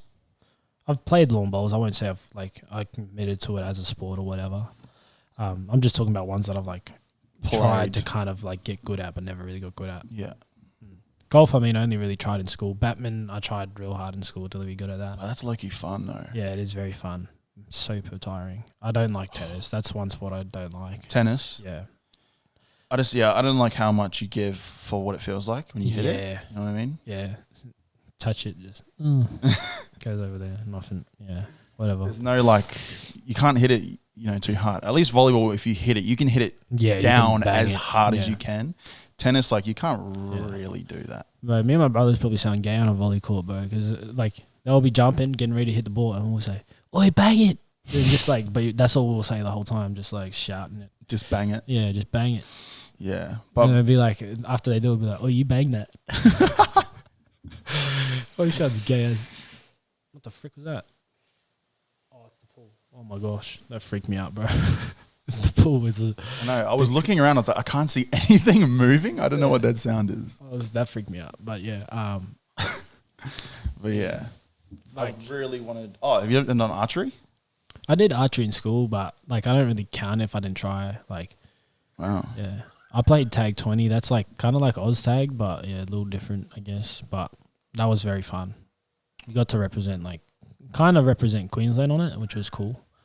You ever done basketball outside of just on your driveway? I did play in school when I was younger. Mm-hmm. I got told I was very good when I was I would have been like 10 or something. I also get told that I would be very good. Yeah, but that's it's exhausting. It's almost racist, I'll be honest. It's A not little like bit. racist, but like It's shit because I'm not good at basketball. So when they're like, "You'd be so good at basketball," it's like, all right. You see my hands? Okay. Yeah. But yeah, like, I haven't actually ever really tried, but like, yeah. I just feel like it's stereotypical. Oh, there's a lot of sports I'd love to try, but there's not enough hours in the day, you know what I mean? Like, I want to learn how to surf. I'd love to know how to boogie board and, like, things like that. Like, Surfing's cool. I think if I gave enough time to basketball, I'd probably get good enough to play. Like, So you're really just a fan of just doing hobbies? yeah, I'm very big on doing hobbies. Like, Are you trying to, how do I say this? Because it's not coming across, no disrespect, but are you trying to go anywhere? it's weird. Like, I'd love to. I'd definitely love to. Like, with everything, I have the biggest hopes of, like, becoming someone doing it. And it's not because I'm a dreamer and I want to be famous. It's just like, but I just want to be the best in the world at something. That's just my thing. Like, Do you want like a Guinness World Record? I thought about it, but nah, it wouldn't entertain me enough because I think they're gambling, I'll be honest. Like, like there's one that's like popping the most balloons with your bum or something. Like, why would you want to do that? Like, that sounds ridiculous. Yeah, that's Get outta true. here. That's true. Like, unless it was like for holding your breath the longest or something, like something that's actually like real difficult doing. Like, I'll do it. that Like, anyone kind of really sort of like participates holding in. onto a pole for the longest, or like doing the most chin ups or something like That's that. a Mr. Beast challenge right there. Yeah. What do you mean like a pole like up? Yeah. Oh, I That's was what I thinking mean. like a Mr. like No, last, like last hanging. one. Like, I think they're called dead hangs or something like that. Yeah, they're dangerous though. Yeah, nah, you'd tear your whole shoulder off. But anyway. Yeah. Oh yeah, no, yeah. But when it comes to like hobbies and stuff, like anything will really do my fancy. Like doing. I'm trying to do music at the same time. Like, not really sure if I want to go anywhere with it, but I just like making music. I think it's fun. Yeah. What type of music? I have tried to make house music before. Tried to make kind of like I think it's called melodic rap. Okay. I don't really like rap, but it's Melodic like it's rap. more singy. Like it's like rapping, but you're singing really. More Rapping in key? rapping in a key. It would be more so like kind of like what Tory Lanez does on like his slow sort of stuff. Okay. I don't know Tory Lanez at all. Yeah, who would be more like it? Nah. I don't honestly, no one. because my music taste is very. Kind of like what? Not really. Yes. You were about to say Lin-Manuel Miranda, weren't you? Who the hell is that? I was gonna say like Lil Tecca, but that's not even it. Like more like what's his name? Like 24K Golden. Oh yeah. Kind of like him. You know how he kind of sings, but he's like rapping kind of. Oh yeah. It's kind of like that, sort of. Not really. I came in real hot with the Lin-Manuel. Yeah, Miranda. I have no idea who the hell Lin-Manuel is. He did the music for Moana. He also did the music for like In the Heights and like Hamilton and Oh yeah, I have no idea Encanto. what any of those are. Nah, I know about Hamilton. yeah, Encanto. You always spoke so heavily about Hamilton. I don't really. It's know what's so about good, it. bro. Honestly, I've accepted that it's 50-50. You'll like it or not. I think you'll appreciate it. We went to see it live recently.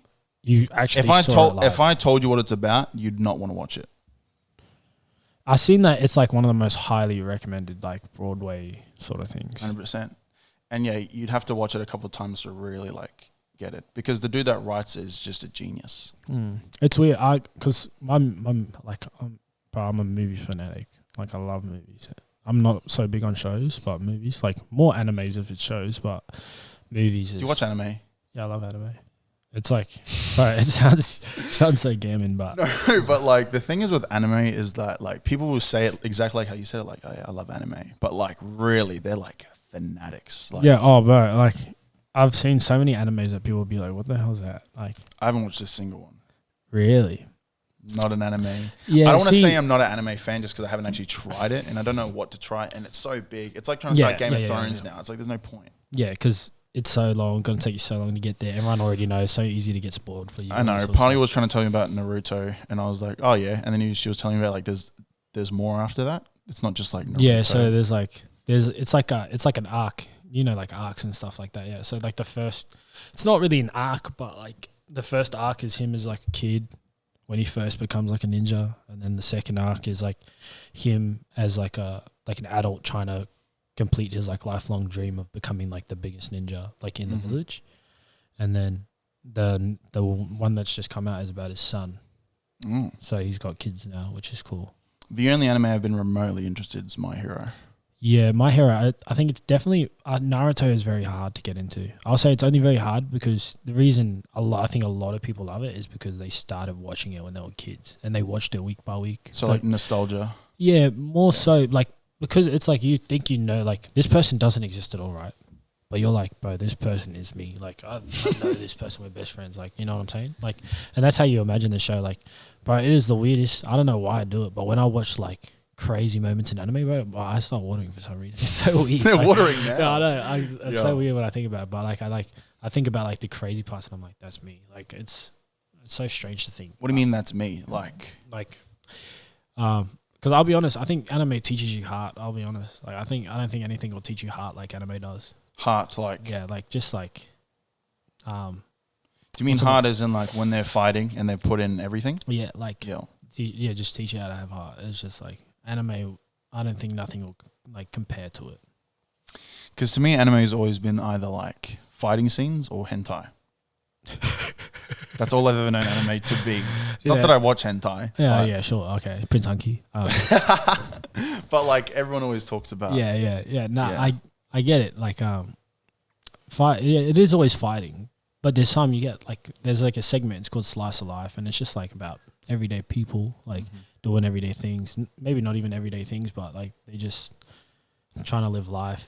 There's no like fighting or that. But they just like, it's just good, nice to watch. Like, what's one I watched? There's a movie, it's called Weathering with You. It's an anime movie. I was about to say it's an anti movie. It's an anime movie. It's an anime movie. Yeah. I went and actually watched it with Jasmine Campisi and that out at church. And I went with them to watch it. And it's about like this girl, she's like known to be like this one of the only people that can pray to like the rain gods, which are these dragons that stop it from raining over Japan. And if they don't sacrifice her, Japan will get flooded with water.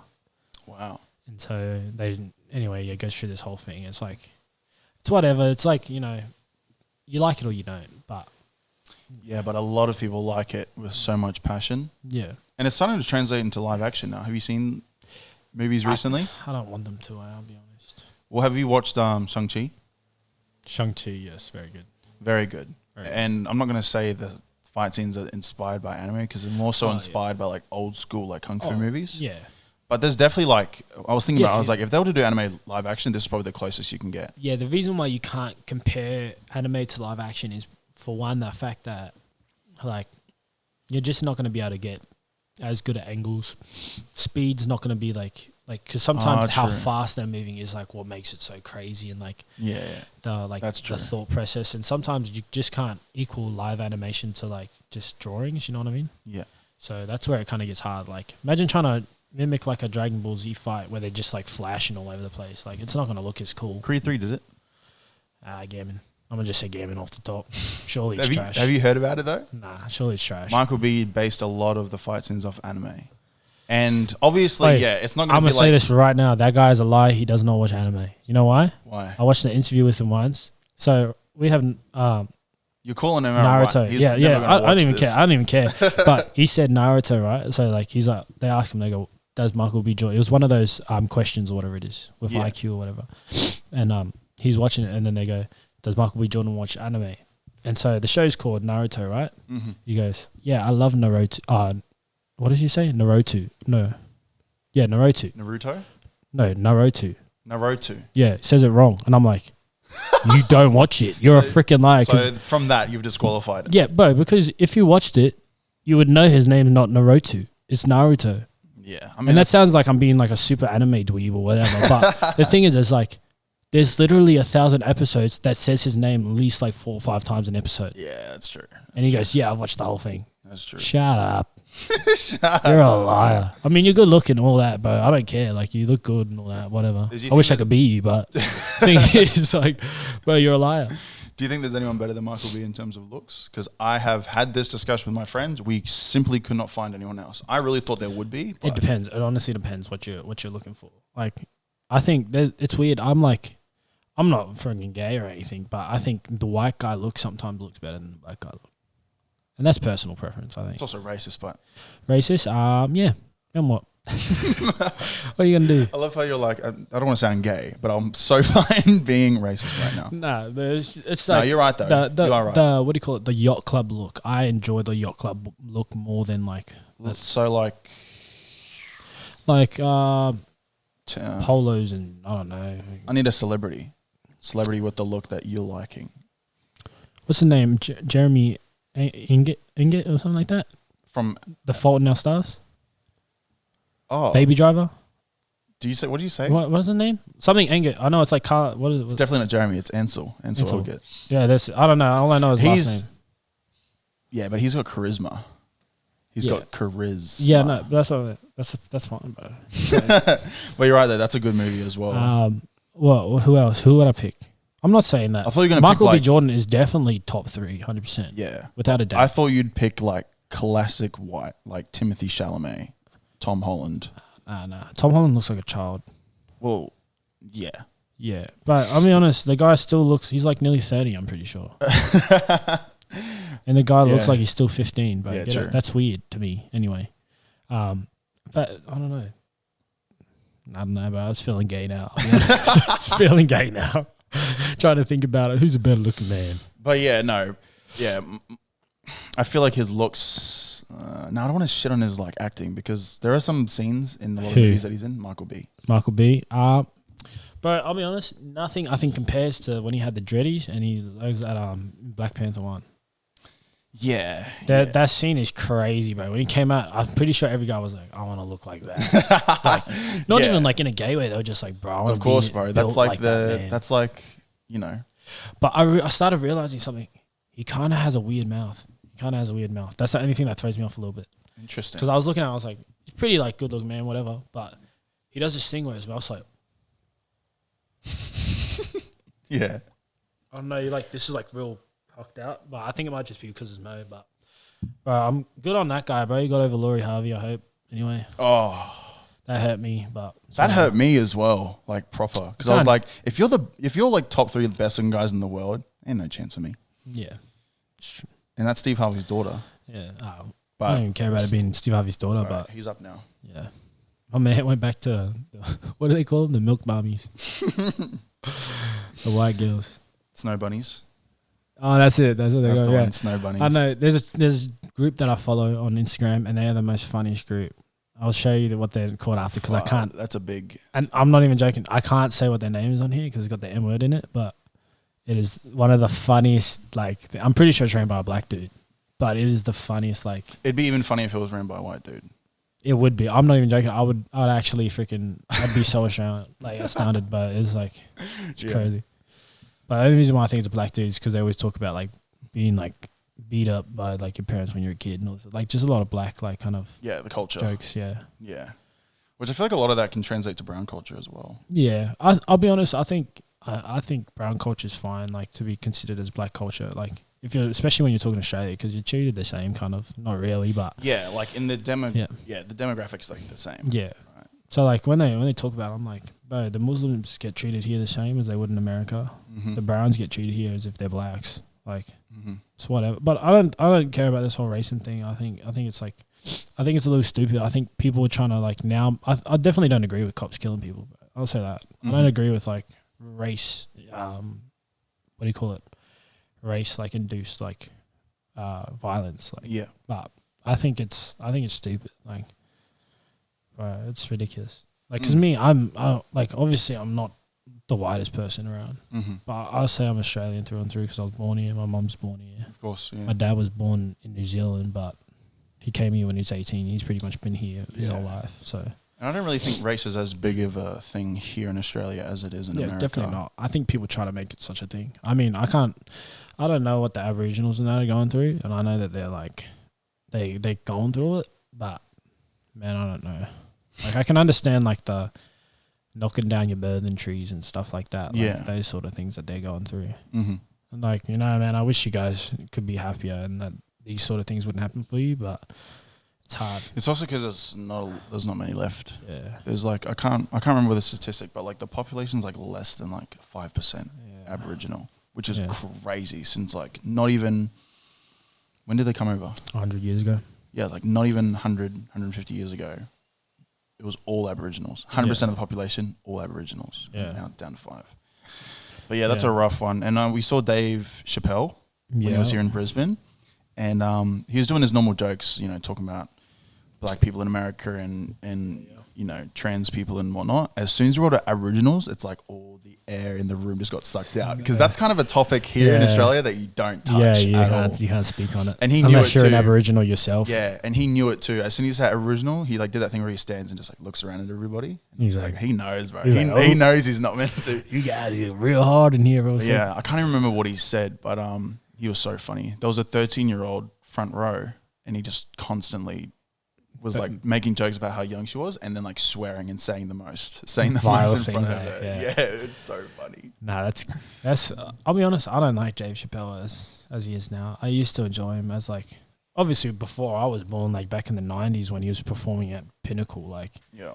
But the thing is he's not the same man as he used to be, where he used to tell jokes that were just jokes and went nothing else. You know what I mean? Now it's all political and that. And so you don't like the political? I hate it. I think it's stupid, bro. I think it's so ridiculous. I think some people pull them off well, but majority of the time, like 99% of the time, they're pretty gammon.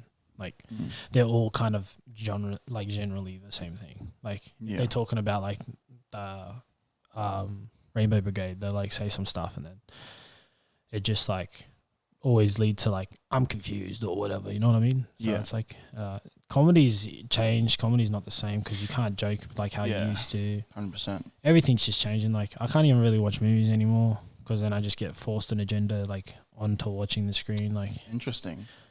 Yeah, it's pretty good. Well, because I always look at. I'm not gonna say it's the only reason why Dave Chappelle's my favorite comedian because he is. He's in my Mount Rushmore. I will say. Yeah, I think he's definitely one of the greatest. Yeah. And I think that's the reason why, because he's considered as some of the greatest. And also there's big comedians that also consider him the greatest. So when I hear that, that's when I'm like, all right, I'll actually listen. And then usually 9 times out of 10, you know, Michael Jackson's the same. Obviously Michael Jackson's different because he is just worldly recognized as one of the greatest of all time. Yeah. But when you have big people, talented people that are saying he's that as well, it's like, well, you know. Yeah. Of course. It's like, I don't know. Comedians are very hard to like kind of see these days. Like, I'll be honest, the funniest ones now are like some of the like it's probably like the gays and that, like because they're allowed to say stuff, so like it's funny. Yeah. Like you know who's actually really funny that's just come up on the scene? Is that Theo Von? Yeah, Theo. You don't like him? Not as much as like there was like a point where I liked him, but then it was just like the guy's just saying whatever to be funny, and it was kind of getting annoying. Like, I think that's why. I think about it. It's weird. This is what I mean by I think about everything so much. Like I thought about, like I used to love Theo Von, but now I just like hear stuff and I'm like, I'm just trying to say the most out of pocket thing. Well, are you one of those people that like something before they get big, and as soon as they get big, I hate that as well. I hate that as well, but I kind of don't. But I do do that, but I kind of don't do that at the same time.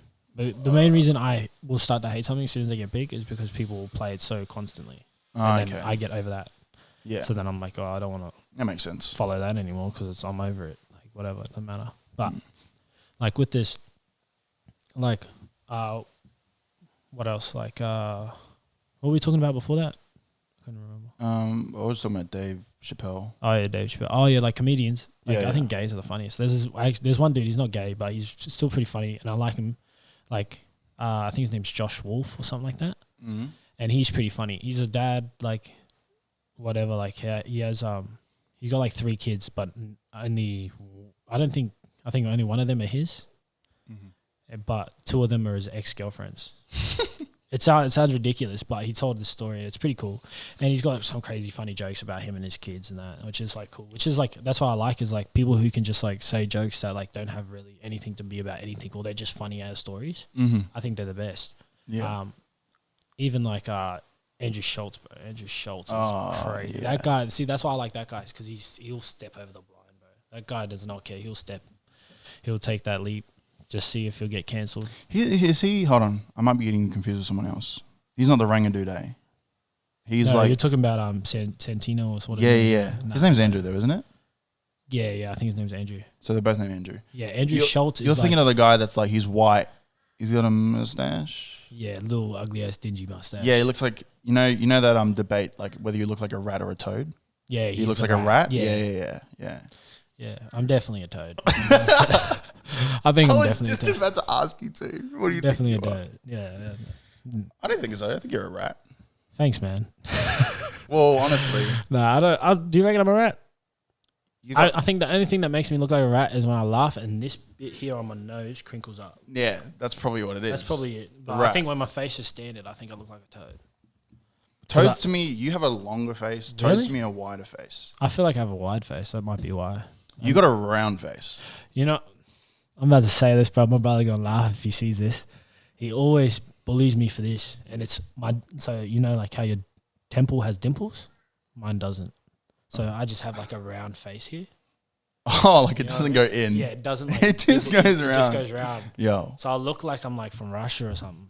I mean, yeah, like my grandmother, she's Russian, but Yeah. I was like just about to it makes sense, but whatever. But still, like the guy loves to make fun of it. He's just like, But like bullied me you're about it. Russian, like that's a crazy, you know. Yeah, well, it's yeah, I got some kind of crazy like nationalities mixed in, I guess. Yeah. Because like the Russian I am, it's not just any Russian. It's the mountains of Dagestan. What? Yeah, no, I'm being legit. Wow. So like the man, our the Russian myth. heritage is like from Dagestan, Yeah. apparently. Anyway, Yeah. that's how I'm gonna just say what I've been told. But So how do you feel about Ukraine then? Ukraine, Yeah. How do you feel about them? If you're Russian. mother Russian. Nah, I'm joking. No, but I don't know. I think war's dumb in general. So Well, apparently we're on the brink of a new one. China. I'll be honest. I don't know. I see it like. I just really want to get drafted. It's such an inconvenient time in my life to get drafted. Like I haven't even. I think it's an inconvenient time anytime. Maybe when I'm like 70, it might be better. Yeah, maybe when like I don't know, I've lost my leg Yeah. in an injury, they can try and draft me. I'll just stay out of it. Yeah, legit. But yeah, that's always a point that people that gets brought up when talking about like genders and stuff. Is like, well, if the war was to happen, women have to stay safe and guys have to go out and fight. Yeah. It's like, I guess that's true, but honestly, like I feel like guys kind of understand. We're not going to complain. That's Like, what I mean. we get There's it. like power in being a man. That's what Yeah. I'm saying. Like, Yeah, like they make it out like it's an argument, and obviously it is because it's true. But Yeah. like, I'm not going to be angry about it. It's like, yeah, of course. Yeah. I think it's the fact that saying that like, I think the reason why they bring those up is that saying like men don't have any responsibility or like they live a good life or whatever. Like, Mhm. but the thing is when it comes to it, men have to die. Not Yeah. women. Like, and I think that's what they're trying to say, I guess. But, it's fair enough. But like, Yeah, and that's the same with like when shit hits the fan. Usually, you look for like or a dude usually steps up to the plate. Just naturally, it's in the Yeah. genetics too. yeah. But yeah, and it's not a bad thing at all. It's not a bad thing for women to put their trust in men as well. Yeah, well, that's what I'm saying. It's like, but even in the Bible, it says, like, above anything, bro, guys have to sacrifice themselves. Yeah, and women. Like, and I seen a preacher like preach this once, and he said, he goes, well, we're going to talk about being submissive, like da da da da. And Yeah. obviously, him being a man, women don't like really want to listen to a man about being submissive. But he like talks about it, and he's like da da da. And he's like, but the crazy thing is your part's the easy part. It's Mhm. like it comes to anything, like literally death. Like, and you're complaining about having to like listen to someone. This guy's like literally gonna die for you. Mm-hmm. And I've always Your thought part's the easy part. Don't try Yeah. to complain that. and like, you know, it's hard because you can say that like guys can choose whatever woman they want, right? Like that's usually what it is. Really? The guy chooses, right? Yeah, I guess. Was usually in Yeah, discussions no, that's yeah, what go it on. like they'd Yeah, say yeah. like the guy chooses the woman and then the woman just whatever. But like that's women definitely get a choice. They Yeah. get to choose who they want to be a partner with, you know. Yeah. If they hang out with them long enough, you'll get a glimpse into what their future will be like. Yeah, it's I don't know. There's so many aspects to like relationship, which is crazy. Like, it's like you got to think about kids and stuff like that. Like whether Mhm. you want like what are your guys' morals and stuff. Yeah. Like I've been in like a relationship before where morals were a problem.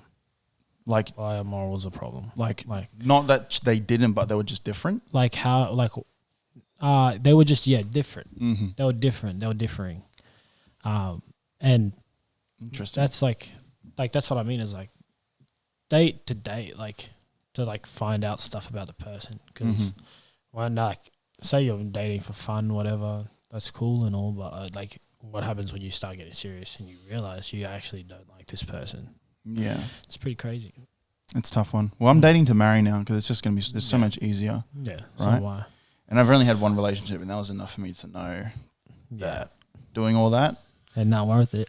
And not worth it, bro. Just find the one. Make sure you know. Pray about it, and then live a happy life. But yeah, as it comes down to like, as you as a man, you gotta make sure you're picking the right woman at the same time. Of course. And it's hard these days now. It's almost impossible. But you know what's getting me, bro, is this OnlyFans thing that is scaring me so much to become a dad. Like, I don't want to have children and my daughter be like a stripper or something, bro. This gonna sound bad, bro, but I will unalive myself, bro. I won't, but I don't think I could do it either. But I'd want to. Like, that's what I'm saying. It's like, that's not what I want. Yeah, I couldn't do like having. It's just the daughter though, eh? Yeah, it's just the daughter, bro. It's like, the daughter, and it's another thing of like guys getting a say in like what women do, but like it's not even like that. It's like from a parent to like a child, you want the best for them, and you know that like OnlyFans and like the adult entertainment industry. Yeah. It's easily accessible for like... So easily accessible. And honestly, it is appealing in terms of money and income and stuff. So like that's why it's like hard for you to like avoid it, I guess. And that I was talking to one of my female friends and she was saying like her dad set the standard for her. Whoa. So it was like... So she knows that she doesn't want to like do anything, and she knows what kind of man she wants to look for. So like him being a good dad is him being. Or did he like him showing how to be a good husband and a good father set the standard for like what kind of guy she wants to look for. But is that something that she just observed, or is it something that he made note? Like, I think you want a man to be like this? I think it was a bit of both. Okay. I'm not 100% sure, but I think it's a bit of both. Because I 100% agree with the notion that like you will date, someone that has similar qualities to your parent, your mum. Yeah. You know? So, and that's like, it's like such a vague thing to say because you're like, yeah, sure. I guess you'll find some things that like will be the same as your parents. But like when I say it, like she was talking about like her dad would always open the door for her and her mum. No matter what, would always open it first. That old school shit's so cool though. That's the chivalrous man, bro. Crazy. Nuclear family, bro. Nuclear family. All right, there's just something about it. We're just going to use that word today. Nuclear I don't even know family. what it means. We don't know why it's called nuclear. I'm assuming, I think Nuketown. But I'm going to just say bomb. I'm going to say it's the bombers family. But Nuke's like killed everybody. Yeah, it's killing. Oh, you're right, bro. It is the bomb. And like, I think the cool thing is a lot of people are actually starting to realize it. They're starting to click that like traditional values are gangster. And that's where you just got to give it up for Andrew Tate. But I'll be honest, I think he's helping women and men realize that like there's certain roles that have to be played, and the other gender can't be that player. Yeah, and it's fine. Live how you want to live, but like, I'm trying to find a woman that does ABC. Yeah. And hopefully they'll like what I consider myself to be an ABC. Yeah, and I think that just comes from men playing their role, is leading women to play their role. Because women, I will tell you, but women don't want to be lonely, just like men don't want to be lonely. So imagine men being like, "Nah, I don't want you because you're like this." Eventually, at some point, that woman's gonna be like, "I'm gonna change. I'm gonna be desirable." You know what I mean? Yeah, because women just want to be desired, just like men don't want to be. They are though. Women are already desired. Yeah, unconditionally. But imagine when the standard changes to where they're not. Like that's what I'm saying is. I haven't seen it often, but I do wonder what it's like if roles reversed. Roles reversed. What? Like if what? Like when the guy is like the desirable one, and it's the women. Outside of looks, like obviously, because obviously guys can like go for their looks, right? Yeah. But like, honestly, after a day of hanging out with someone, you can tell like, oh, you look great, but like, yeah. Your personality's whack, or it's it's kind of crazy. Bro, they're going hard. There's a neighbor. He's like sawing something.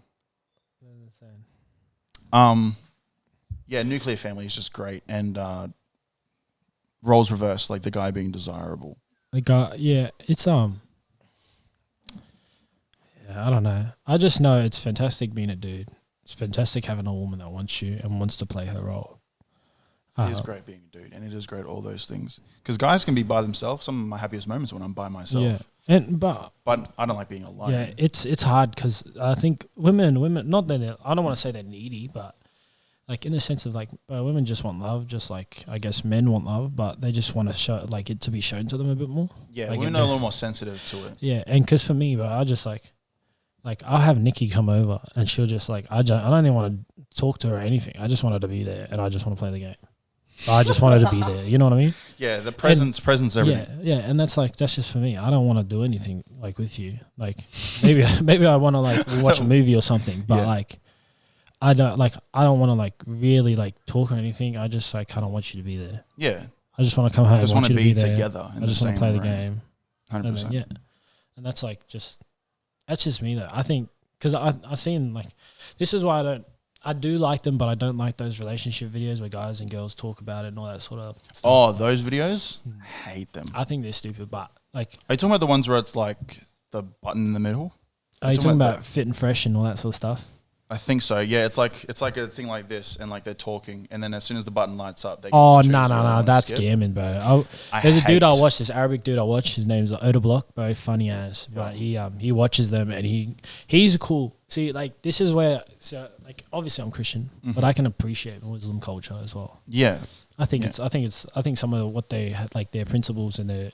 I do think there's a mutual respect between the two. Yeah, I think I think they should at least mutually respect each other. Because we don't really say, because our enemy, if you want to call Christians have an enemy, is usually the atheist, if that makes sense, like that sort of mindset. But Muslim, we kind of just let them, they just do what they want to do. I don't really think the atheist. I'd say more the.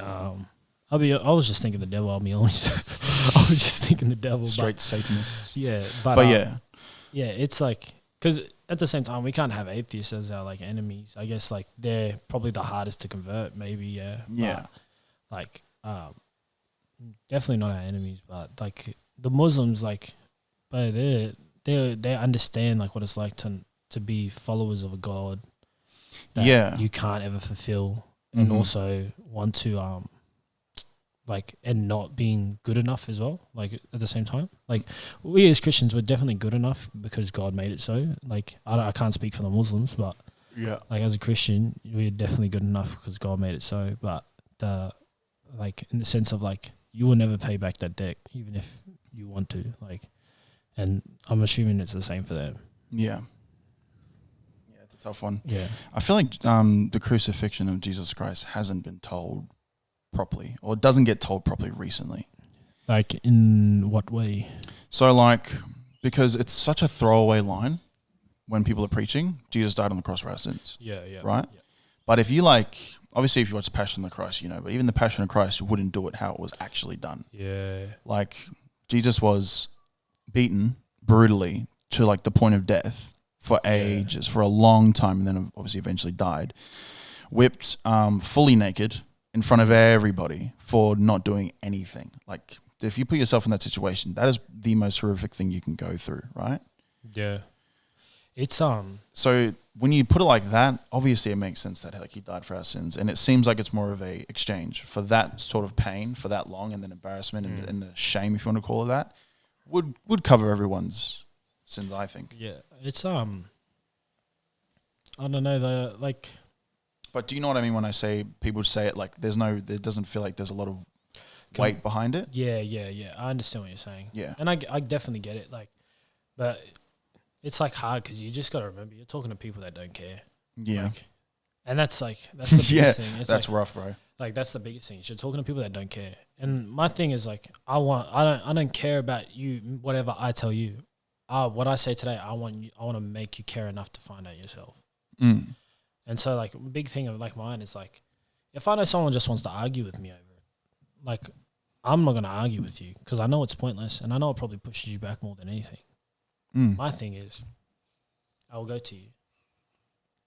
Okay, do you want to know who God is? Mm-hmm. If they go yes or no, whatever, depending. They say, well, for the sake of the argument anyway, if they say no, you just go, oh, okay, well then there's no point finishing this conversation. Yeah. But if I go, do you want to know, like, do you want to believe in God? I'll show you, like, I can prove that God's real. Mm-hmm. And they go, okay, show me, like, prove to me that God's real. I go, okay, I want you to go home and I want you to go pray. Go pray to him yourself. Ask him to reveal himself to you. Mm-hmm. That's the only way you're going to find out if God's real. Has that worked? I don't know. It's not my business, no. Wow. So you just plant the seed and leave. Yeah, well, that's what I do. So I just plant seeds, I guess. Like gardener. Yeah, pretty much. But I love gardening. In both sense. But yeah, that's like it's not my job to like convert you. Yeah, of course. It's my job to play my part. Well, it's funny because there's a lot of Christians that would detest against that, saying that it is our job to bring people to God. Well, it's our job to be a vessel. That's our job. Mm-hmm. It's not our job to try and convert you. It's God's job. We're just used as a vessel. Like, there's like I don't know how to explain it, but there's like actually, I'm not going to say it because I might butcher it, and it's probably really bad if I butcher it. But yeah, so I'll leave that part out. But yeah, but Christianity single-handedly is the hardest thing to do. Yeah, I think religion in general, because I'm not going to say it's not hard for Muslims and that. For me personally, yes, Christianity is definitely hard. But yeah, true that. Like, yeah, Christianity is very, very hard. It's like, it's the best and the worst thing you'll ever do in your life.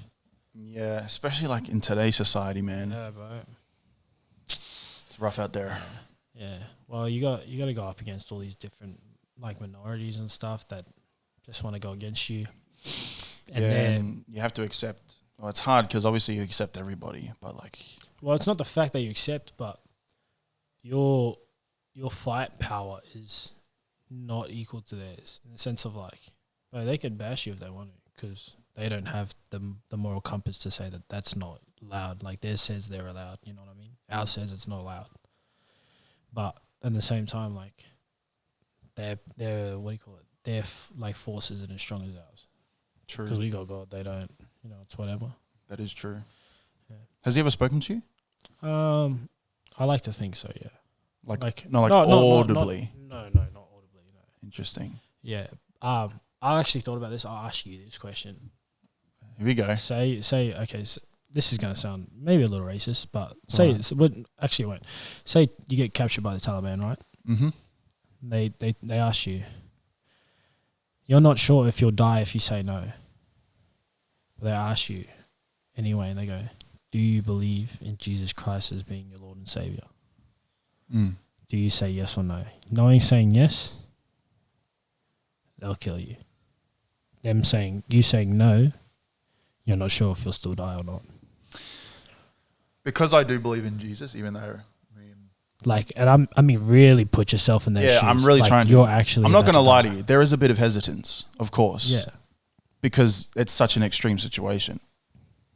But I really do think I would say yes, especially knowing, you know. Yeah. If you say no, you don't know what's going to happen. Yeah. It's like, well, I know for a fact God's real. I don't know if he's going to help me in this situation because that's not always it's not a promise. Like it's not a promise. He didn't promise me that. And although it could hurt like a motherfucker, you know, I still think I'm like, bro, surely you got like some champagne, like a nice hot spa waiting for me up there when I die. Sure. Like, bro, I just died to the Taliban, and you know how they roll. But honestly, I do think I will. There will be a hesitation. There will be like a bit of like, I don't know what to say, but not because of my belief in God, but just because of my fear of what's happening in the situation. Yeah. It's like, yeah. What about you? I've definitely thought about it. No, I like when it comes down to it, I've thought like I've like tried my best to emotionally put myself in that place. Mm-hmm. And I think I would say yes for the fact that just one scripture says like, it says, deny me and others, I will deny you, like in heaven. That's rough. And like, but I ain't getting denied. But what if family was put in the equation? What if you weren't going to die? That is tough, bro. That's very tough. Now that to me is an honest 50-50 of whether I would say yes or no. It's very tough, very, very tough. I don't think God would ever do that though. I don't know. I think I just fight. Like I don't even think I try to answer. I think I just try to fight if I can. But I don't know. Maybe it's hard. It's a hard situation. It's a way harder situation, I think. But yeah. When I get to those questions where I can't really answer them, then I'm just grateful I'm not in those positions. I just have to come back to that. I'm grateful I'm not there because now I don't have to worry about it. Yeah, nice. That's actually a cool way to. Yeah. But that's an intense question, and it's definitely one that I've thought about. There has been a situation where I could either deny him. It wasn't life or death. Yeah, but But it was kind of important, I guess. Definitely was an important moment. And I was like, man, there's a situation where it is appealing to deny you now because of the person I was talking to. But I was like, but don't let me, man. Don't let me do it. I just looked down. I just looked down at the floor and I prayed. One of the hardest prayers I've ever given. And I was just like, do not let me deny you, please. Like, just... Anyway, and then I didn't. And it was gangster feeling. I was like... Gangster. Bro, it was a gangster feeling because I was like, man, although all the odds and all the emotions were stacked against me, I still like pushed through that. So that gave me a lot of confidence with that aspect, which is pretty cool. But yeah, so I only wanted to ask you what it sounded like if he did speak to you audibly. Yeah, nah, I've never been like audibly spoken to from God. But it's like it's hard because Christianity is kind of like evolving, which I don't like. I think evolving how? In the sense of there's becoming more than one way to interpret things like that. Oh, okay. I think I don't. It's very hard because it's called the living word for a reason. But I don't think Christianity was like. I don't think Christianity is meant to evolve. Yeah, definitely. I think it's meant to have a singular way of doing it. Yeah. But obviously, as like God said in the parables, like it is the secrets of the parables are for His followers. You know, there's a lot of paraphrasing going on here. I'm sorry to my Christian friends, but y'all know what I mean. I do think I just like the epicness that Christianity has. Right? Yeah. Like all religions. I'm not going to speak for other religions, but I know for a fact that Christianity is obviously we've got prophecies, which is something that not a lot of religions have, and fulfillment in those prophecies. Fulfillment in those. Even like miracles as well. Like just actual things that like Exodus is crazy. Exodus is a. I just found out that Calvinism was a thing. What's that? So you know how you obviously got your Baptists and your Anglicans and stuff like that. There's a Calvinists, which are people who don't believe that I think it's called the gifts of the Spirit or like so forth, like healing and prophetic words and stuff. They believe that that's not true. But they believe everything else. They believe everything else. They believe that you cannot cause healing you. They believe that you can't hear from God, things like that. So do they have Jesus? Because Jesus is all about that. Yeah. Did Jesus do that? Yeah, but they believe it's for the prophets back then. They don't believe it's for now. They don't believe you can do it now. Okay. Like I see where they're coming from, but I don't know if I don't believe it personally. I believe you can hear God. Like I believe that. Yeah, just because I've seen it happen to people, I don't think it's true. But that's a valid way of thinking, I think. And I don't know if it's like because some of them think that like people think that they're healing people, but I don't think people heal people. I think God heals people through other people. Like vessels. I think God always uses people. I don't think like ever is He just like this person healed you. Obviously not, because everything that happens comes from God. Well, He also used like He doesn't just use like the best of the best. He uses some questionable people sometimes. Yeah, which is really cool. That's just another layer of like proving that He's good. Yeah, because you know that like argument like if God is all. What's the phrase? If God is all good, why is He evil? Is that the one? It's like if God is all powerful, He cannot be all good. But if God is all good, then He cannot be all powerful. Yeah, I don't get that argument. That doesn't make sense to me. Really? Yeah. Okay, so it's basically I don't agree with it, but it's basically saying that if He's all good, it means He can't be all powerful, right? Yeah. But if He's all powerful, it means He can't be all good. But I think that comes with meekness. Like the whole saying of like meekness and things like that. Like what's meekness? Like a dangerous man that is capable. Like gardener in a war or some shit. Yeah. It's better a warrior than a gardener in a war. Yes. Yeah, that kind of I agree with that. 100%. I think it's kind of like that. Also, plus, but it's like we cannot like fathom like the power of God and certain things of God. Like I try to think about this. Like this is what kind of helped me attain it a little bit. Is I was talking to Wes Morgan one time in a Bible study, and he talked about what was it called? I think he called it impossible hospitality. Okay. He's like, God has the greatest hospitality. He's like, He has impossible hospitality. I think they use another word, but I can't remember what it was. But in the sense of saying you cannot be hospitable to how much you think you can be, to the level of God.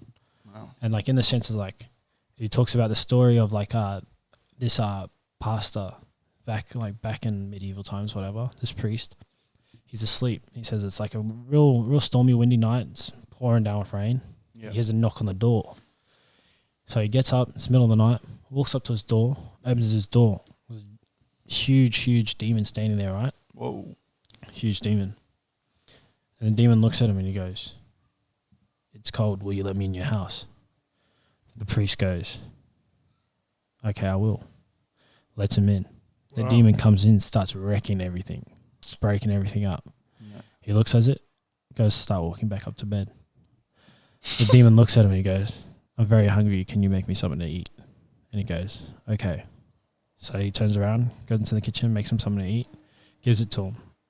The demon looks at him, grabs the food, throws it at the wall. And so he starts walking back up to bed. He gets into bed. The demon creeps into his mind and goes, "Will you let me into your heart?" And he goes, "Okay, I will."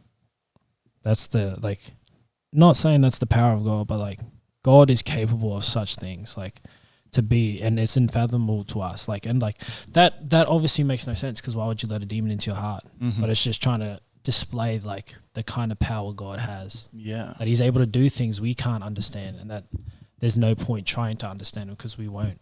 Like, and that's fair enough. Like, even Mikey Utah, bro, explained this to me. He goes, our like highest level of thinking's here. He goes, God's up here. God's able to understand this. We're not going to understand this. So it's not like it matters.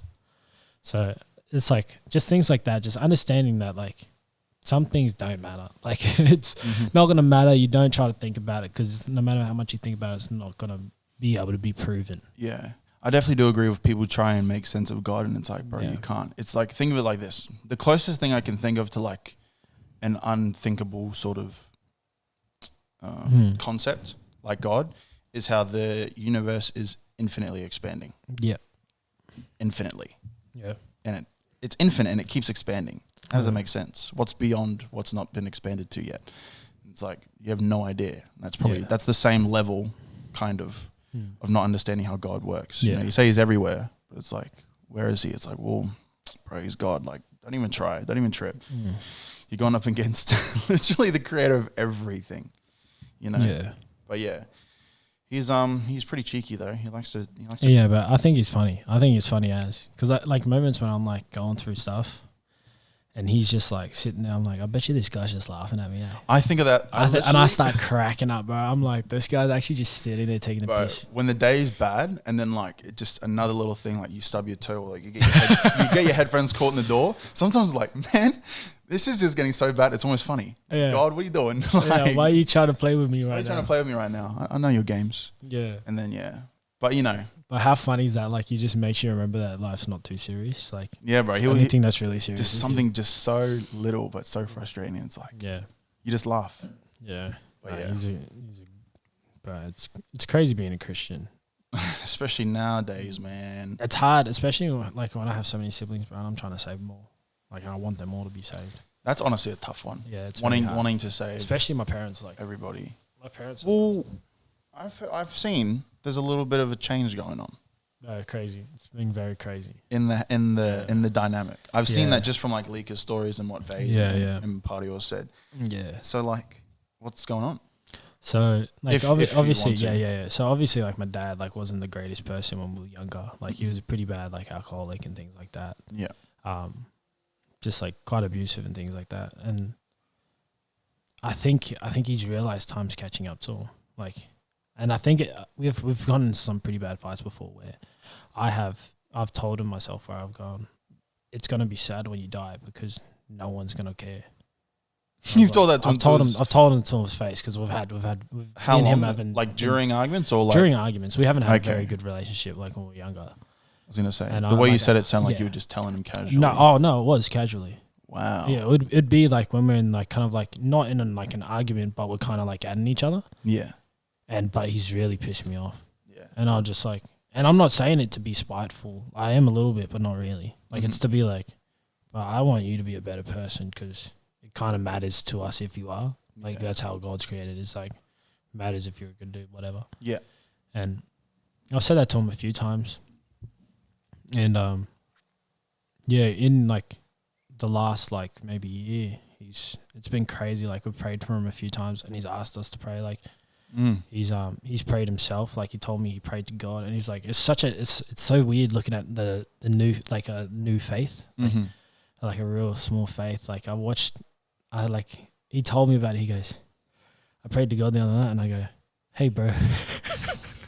And I started cracking up, and I was like, that's such like, it's so strange, because that's legit what God talks about when he says like having a childlike faith, like not knowing how to talk but not wanting to be disrespectful either, like those sort of things. And it's been cool like talking about it to him. Like there's been a few times I've almost convinced him to come to church and that, which has been very cool, because like obviously this guy, I never thought he'd come to church because he was such like a bad person to me, like but I think he's definitely easier than my mom. My mom's been the sweetest person to me in my life. Like, you know what I mean? Like, and I think it's more easy to get him to church than it is her. Really? Yeah. Interesting. 100%. But she's got some sort of belief. None at all. No. Interesting. She said that she's liked it for the kids though. Yeah, she's liked it for us, like for the fact that we're being better people. Okay. Not for the fact that. So yeah, in terms of like the actual morals that you've adopted from it. Yeah. Okay. So that's what I mean is like when I said at the start that my mom's the luckiest person in the world to have me, just like she is to have like the rest of us. Like, because I could have been a bad person, chose not to be, found God. Yeah. Helped my sisters and like my brothers and that be better people. Yeah. Yeah. 15 though. Yeah. 15 siblings is. Yeah. I want that many kids. Yeah. You've advised against it though.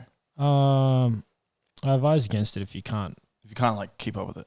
Yeah, if you can't financially support it. And I mean by financially support it, how do you even financially support 15 kids? Because I know not single parents, but parents with one kid, and they're like, I don't know how you do it. Yeah.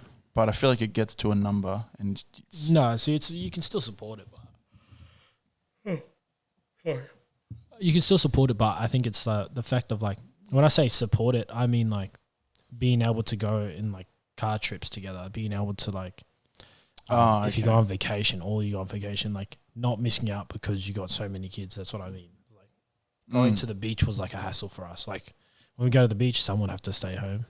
But wouldn't that just be a main struggle when they're all kids, right? Now that you're an adult league as adult party on Vay, like there's more for that sort of stuff anyway. Like you can all take. Yeah. You can all go out. Yeah, so we do go out now. We do. Like your birthday, everyone was there. Yeah. We were all at the beach. We were all chilling. Like there was like 20 of us there, like partners and everything. Like, and that's like the crazy thing is like, and like now we can do it, but we're like, how long do we have to struggle for us to be able to do something like that? You know what I mean? Like, yeah. And that's what I mean is like, that is true. If you can do it, like do it. Go for 1 million kids, bro. I don't think it's bad. I do think big families are better. Yeah. Because like as I said, God told you be fruitful and multiply. You know what I mean? Fruitful and multiply, and that's fine. Like I think it's cool. Like people are scared about overpopulation and things like that. I think about it. I'm like, bro, God told us to multiply, so I don't care. Like, I think it's all right. God will take care of the rest. Yeah, I don't know who. But he obviously didn't mean to multiply with like multiple different women. Like he definitely didn't mean that. But definitely didn't mean that. Yeah. But most chicks now don't even want kids. That's sad. Yeah. What? Sucks. Oh. You sound like you didn't care. Oh, I don't really, because, like, I don't know. It's weird. Like, if you're not, like, I don't really care what you want. It's weird. Like, I don't care really what other people want, really. Yeah.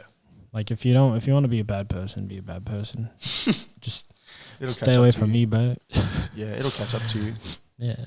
It always does. Yeah. So like it's like that's why it's like weird. Is because I think God, it's like that's why being Christian is crazy, because you just like literally just go, God's got it in the end. Doesn't matter. Yeah, there is it's not unrealistic because it's true, but there's like an over optimism. Like, bro, God, he wins in the end. Yeah. Like I don't know why the devil is so up his own ass. Yeah, just like, do you really think you're going to win? I think it's got to do with like what we were saying earlier when we're like, oh yeah, I believe I can, like I'm waiting for someone to tell me that I can't do something. Oh, so now he's like, I can definitely win, but you really can't. You think he's literally versing God. Like, yeah, well, he's ran by ego and stuff as well. Yeah, true. Remember, he's like all evil. Yeah. So pride comes into it, all that sort of stuff. Here we go.